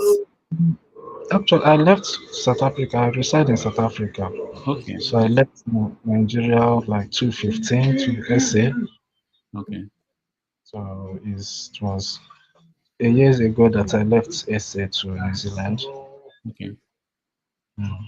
So how is New Zealand different from South Africa or any other Nigeria? I will say that in terms of weather, it's same weather with South SA.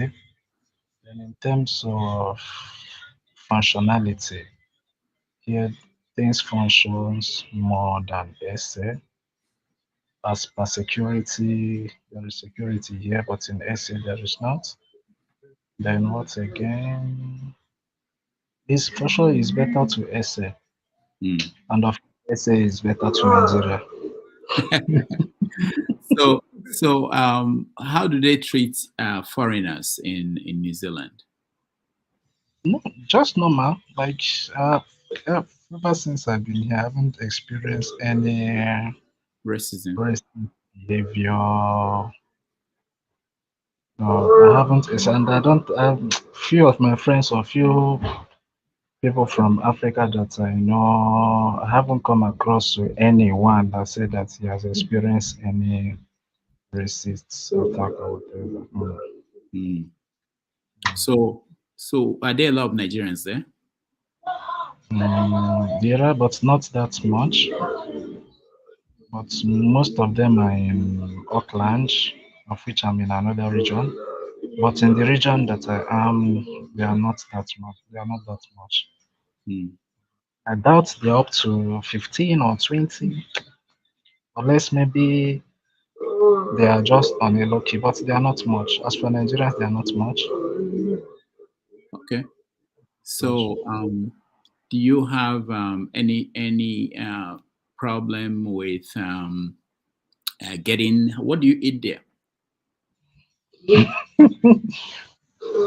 Just normal food like rice, pasta, burger, and so on. But as for egusi, okro, I only ate it once that I visited a friend of mine who is from Nigeria also. So the family, they wanted to dish out rice. I told them no, dish out egusi. I'm fed of eating rice. I'm eating rice now. I want to try home food. It's just normal food that they eat, like rice, pasta, beans, and so on. That's like our local food, like egusi, yam, those things. But Are you there alone or with your family? no, I'm here alone. My family is in SA. Okay. So that must be difficult.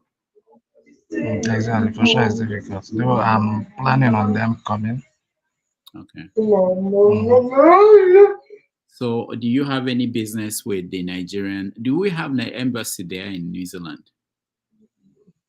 Honestly, I don't think so. I don't think so, because like few things that I wanted to do, I think if you try to get the embassy, it will link you to Nigerian embassy in Australia. So a few things that there was a time I wanted to see if I would do my license, but if I search online, the site take me to Australia. So how do you get news from Nigeria?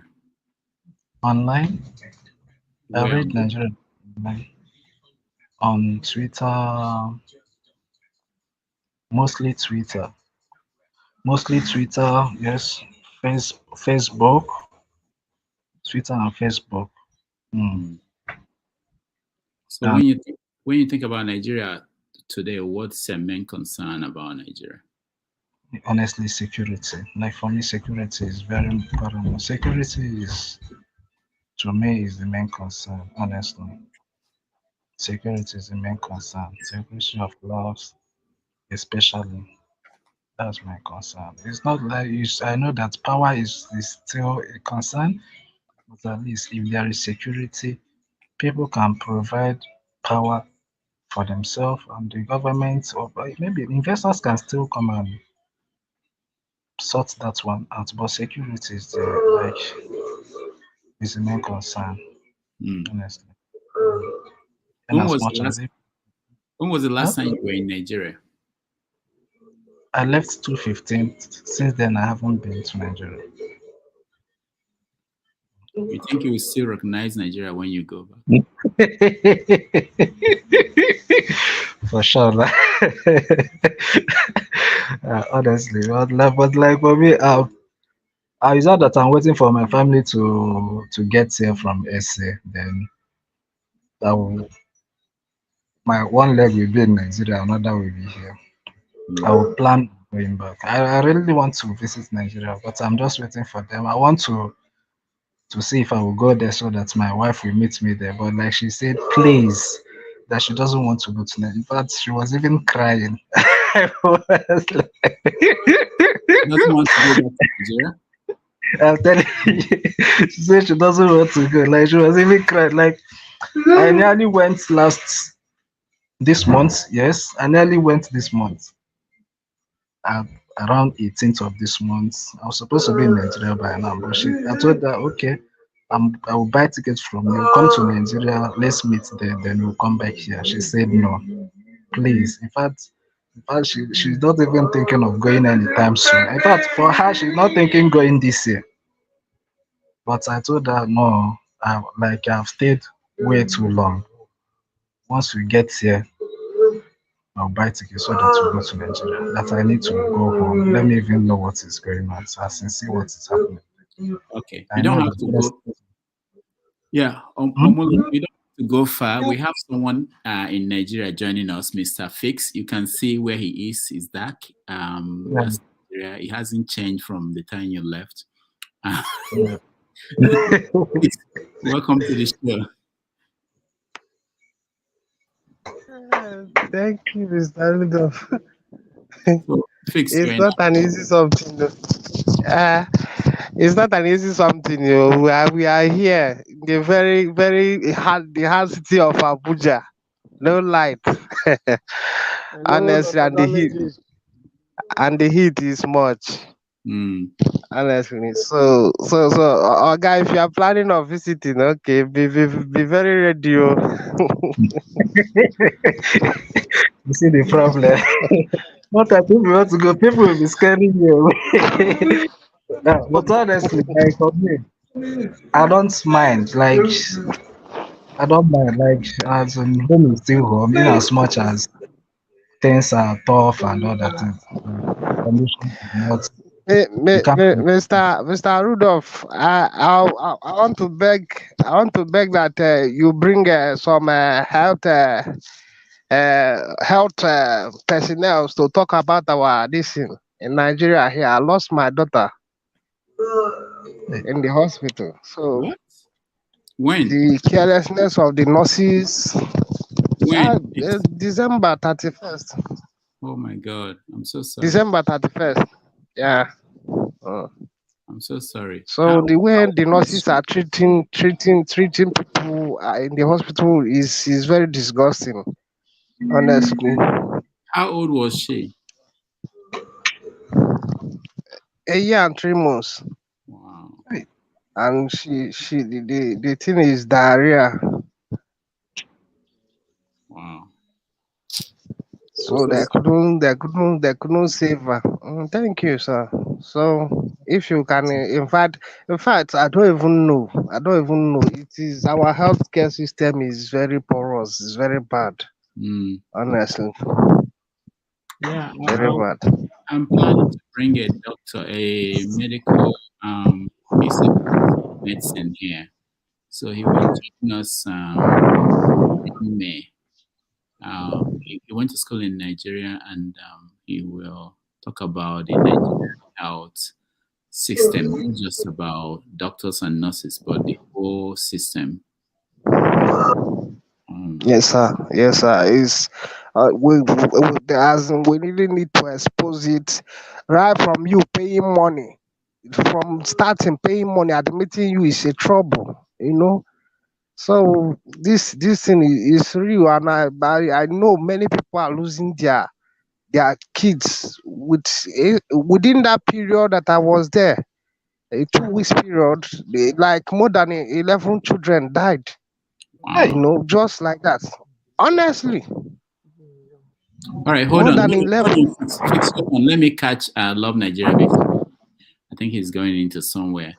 Love Nigeria, welcome. How are you? Yeah, Dr. Damages, God bless you. Yeah, Yeah, I how are watch you your doing? program a lot. So I'm good, I'm good, I'm good. I'm not driving now, I'm just outside. So I watch your program a lot and I like it. But I just want to say one or two things, then I will continue watching, I will go out. Yeah, because Okay. yeah. So what I really want to say is that most of the time, because I watch and you people are doing a good job. You people are doing a good job. So, but I don't know how the discussion can be changed from complaining because what we have now is what we have. So I'm looking at a situation whereby people can be coming and be bringing ideas on how to solve all the issues, then bringing people that are doing some wonderful things presently in Nigeria, showcasing what they are doing, letting the world know, so that maybe that can also encourage others and see a bit of solar power. Yeah, Nigeria, there's too much noise. I think it's Oh, windy. sorry. It's Are the you in breeze. Chicago? The breeze. Let me move away from it. Yeah. Is it Okay. okay now? Yeah, it's okay. Yeah. Yeah. So what I'm saying is, let the discussion be on, how to move the nation forward, what people are thinking in all the areas. Peter Obi is trying his own, keeping the youth, moving them, gathering them, not allowing destruction everywhere. So let the discussion be on how to move the nation forward, how to not to just keep on complaining of what's on bad. Let's start talking of what good people are doing, not the bad people. Because the more they talk of bad people, some people want to also do the bad things so that they can discuss about them. Let's talk on those people that are really helping, because a lot of millions, thousands of people are watching your programs, they are watching it. So let's just that's just what I want to contribute. Thank you. All right. Thank you so much. Do you mind telling us where you are? I know you are not in Nigeria. Yeah, I'm in Maryland. Okay. I'm in Maryland. All right. Thank you. Thank you so much. So Fix, continue. Yes, sir. So honestly, the system here, I think we have gone as in bad, very bad. You know. So even the so-called private hospitals, I don't think. And sometimes I wonder, is it that we don't have money to get in machines to do a test? They will tell you should come tomorrow to collect a test result that you should get immediately, and so that they will administer medication for your child. You know, to pay for the money for the test is another issue. They will tell you there is no network. I don't understand that kind of system. You know, but all these things I think is not being talked about and exposed. You know, right there we spent like 2 weeks there. More than 11 kids died, and it's just like that. It's just like that. The nurses don't care, and in the night you might not even get a doctor or just one doctor with more than 40 or 50 patients. How when there is a emergency like this, everybody, you are on your own. So so the system here is very bad and disheartening. And when in fact when you lost somebody and it's just like that, there is no investigation or what is the cause and all that.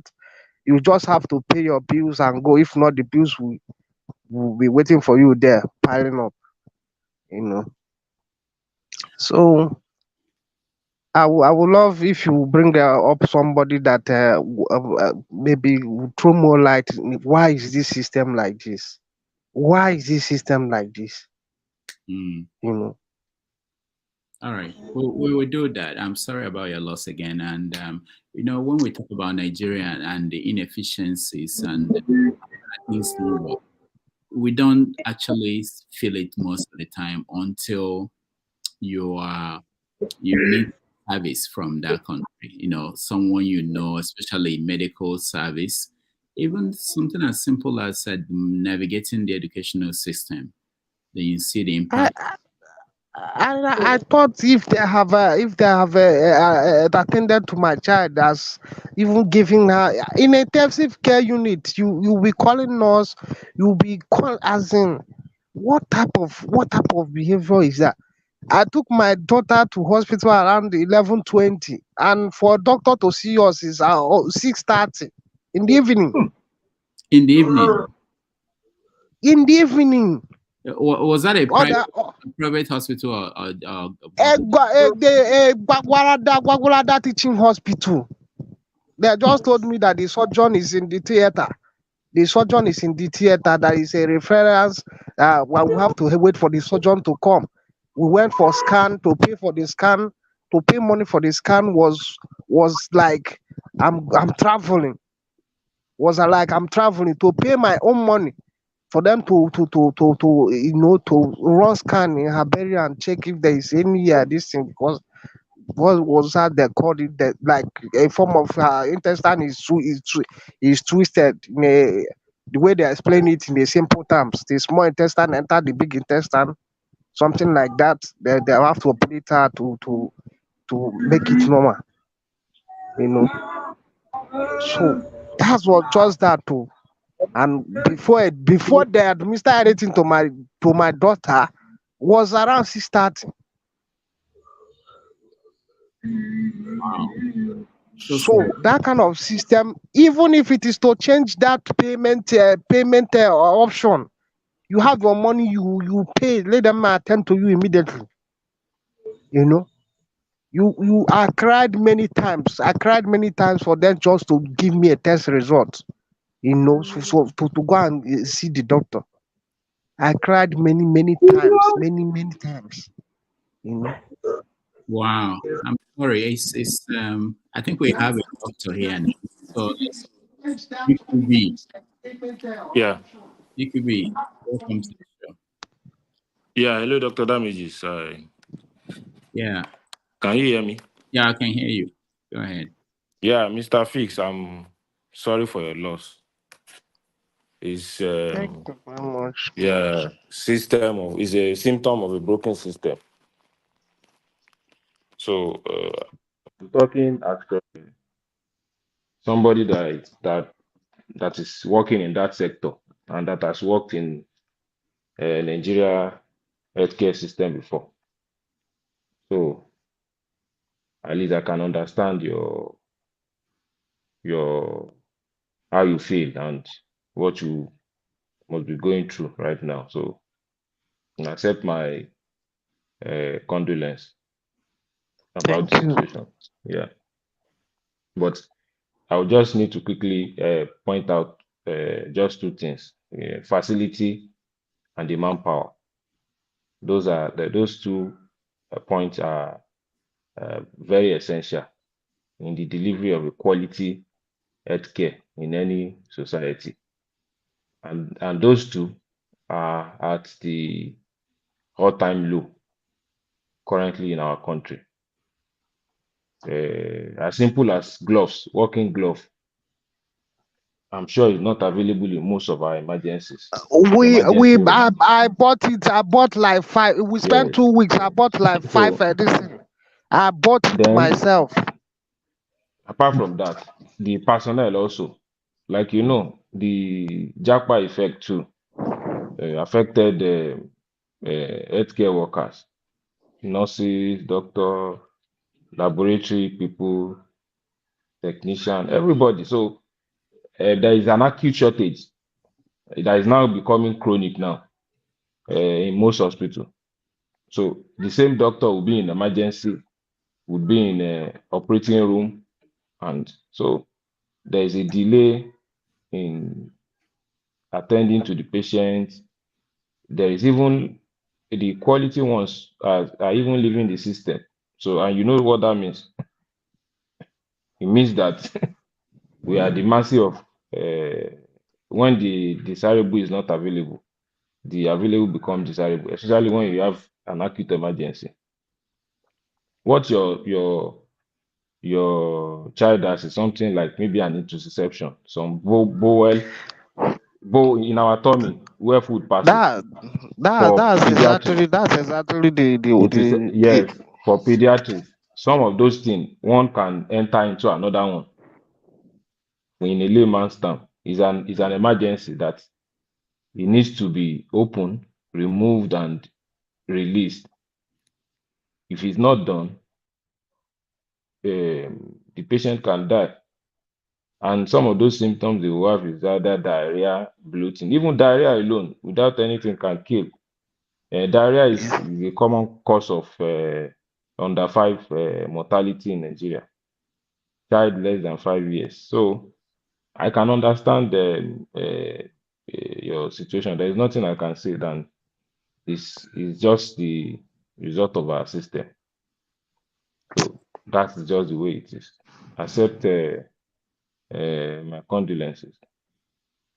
It's the system. Nigerian as a state is involved. We as individual were involved because if government build hospital and there's no equipment, there's nothing to work with. Like you said, simple tests that you can do within the hospital. They might even tell you to come maybe tomorrow or next tomorrow, or even go to another center outside the hospital to do it. yes. So I don't know the sector that is working in Nigeria. It's a whole lot of a broken system, Dr. This Damola. health sector, the people are So dying like chicken. yeah, there's nothing anybody can do because those ones available there, they are stretched already.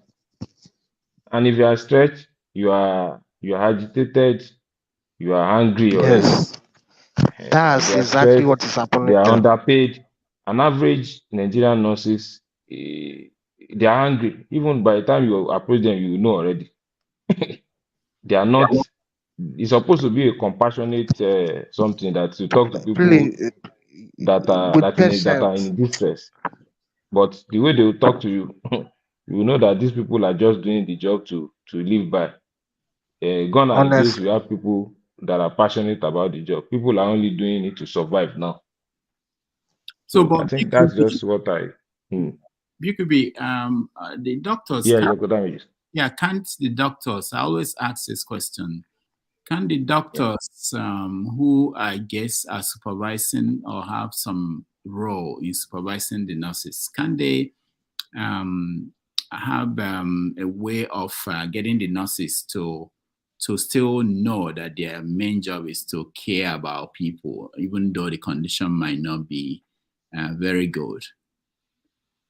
I agree with you. There are some, at least in every institution, they have all those maybe disciplinary, a department that usually continually engage your consciousness about your profession.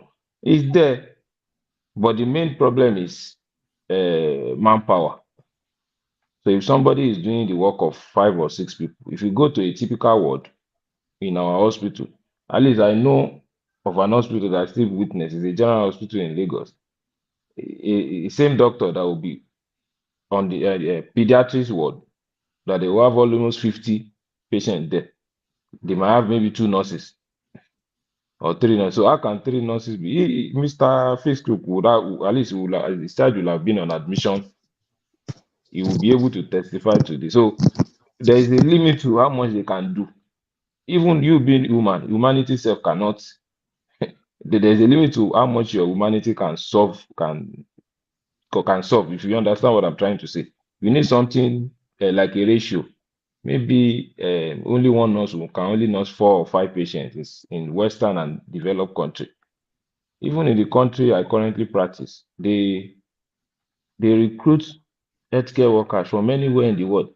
So to keep that ratio of, as a nurse, you are only entitled to nurse maybe 4 or 5 patients only. So those kind of patients receive quality care. But go to emergency.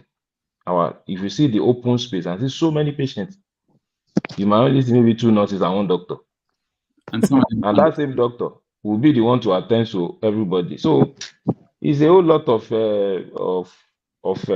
problem that is not just appointing a professor from WHO to solve. It's not a problem that a professor from WHO can solve. If you understand what I'm saying. So that's just the way we look at it. The system needs a complete overhaul. Generally, ability to retain the ones we have, and the ones we have, we are even bleeding the ones we have. Nurses are moving almost every day. So that's the way it is. Healthcare needs is a global need. It's competitive. Anybody that wants to pay more money will get them. So that's just and the country that suffers most are the underdeveloped country, Africa, and some countries in Asia. So those are the people that suffer most in terms of this. So if you ask me, is there any solution? I don't know. I don't know. Despite the fact that it's my sector, but How is that's just the way it is.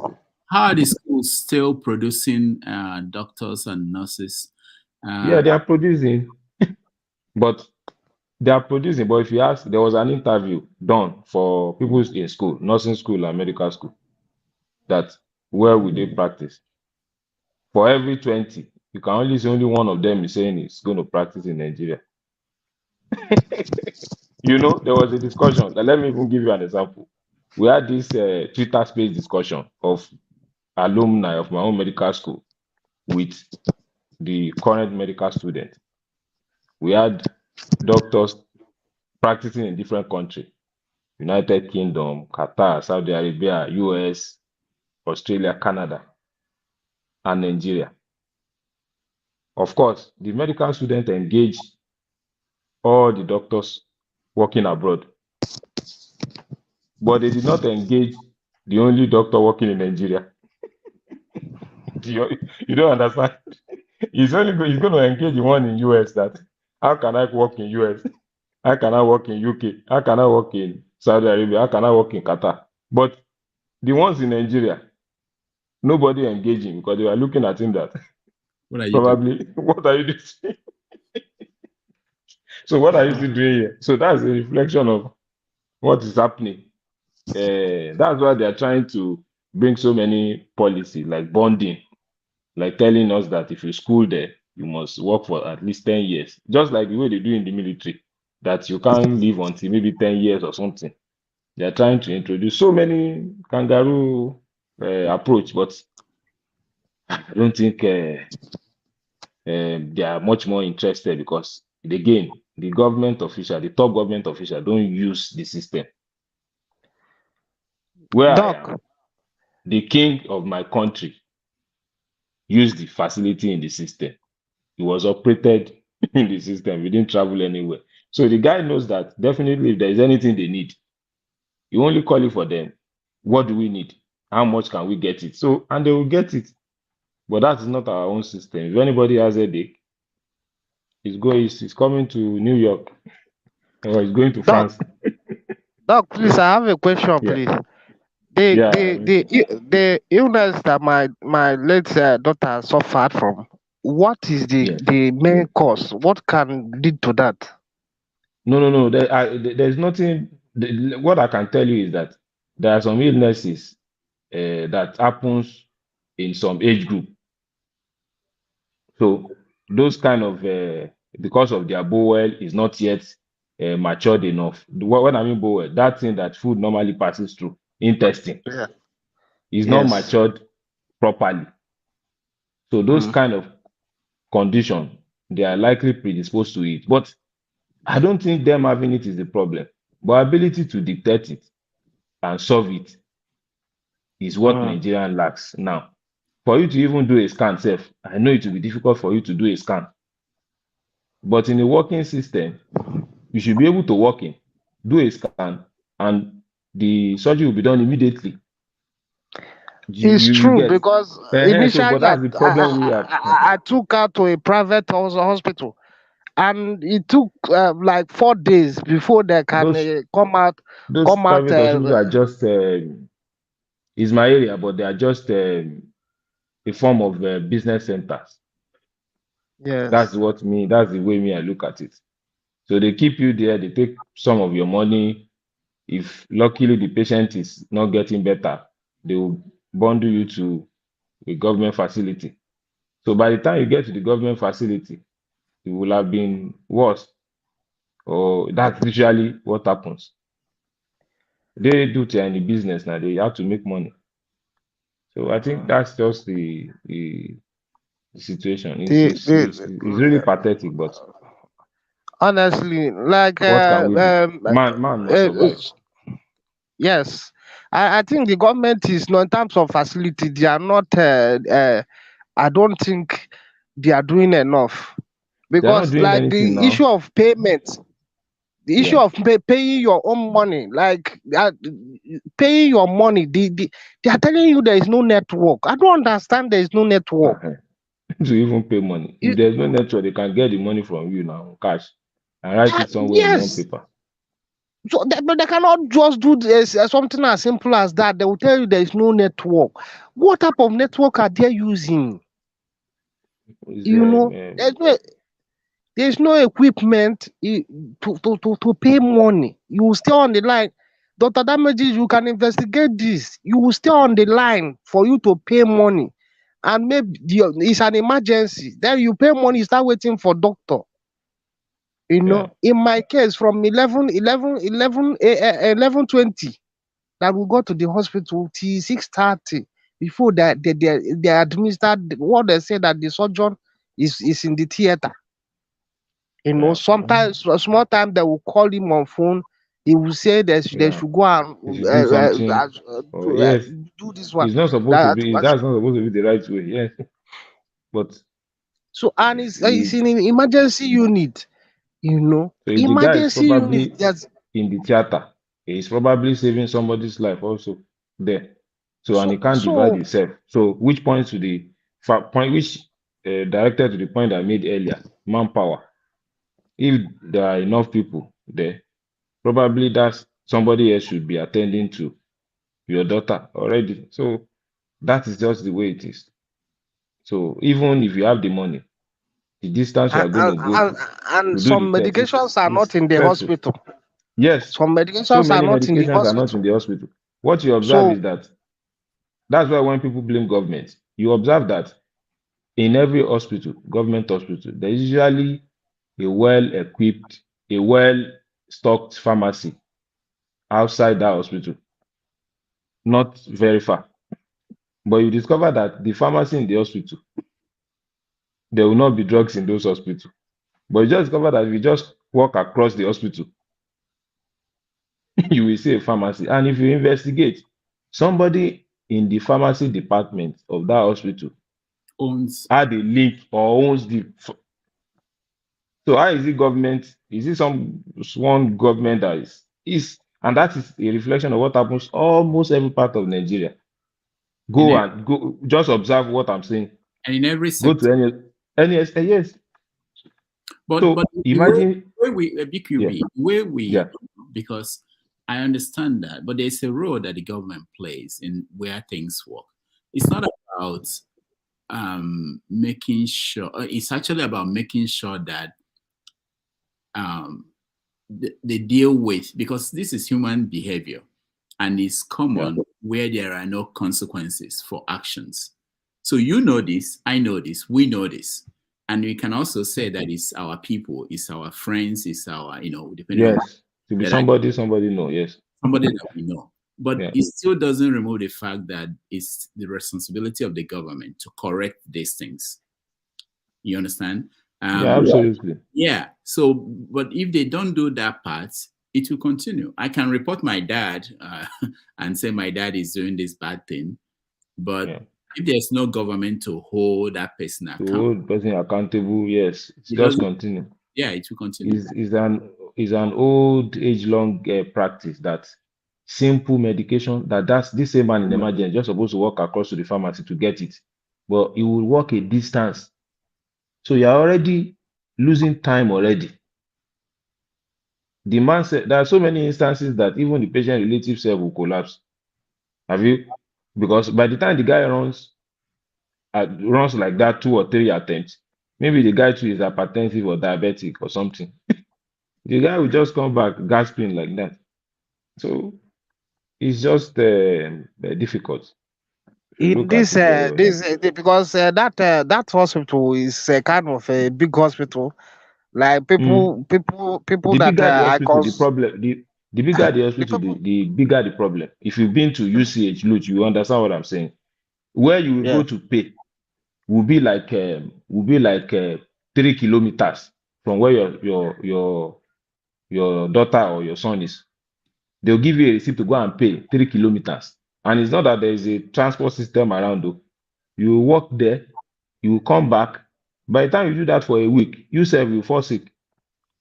Yes, We've my had a wife, situation whereby the my wife husband fell was sick, sick. the wife too fell sick and had to be admitted. Yes, Both of them were my now wife, admitted. There was nobody my to be wife fell running sick. errand for.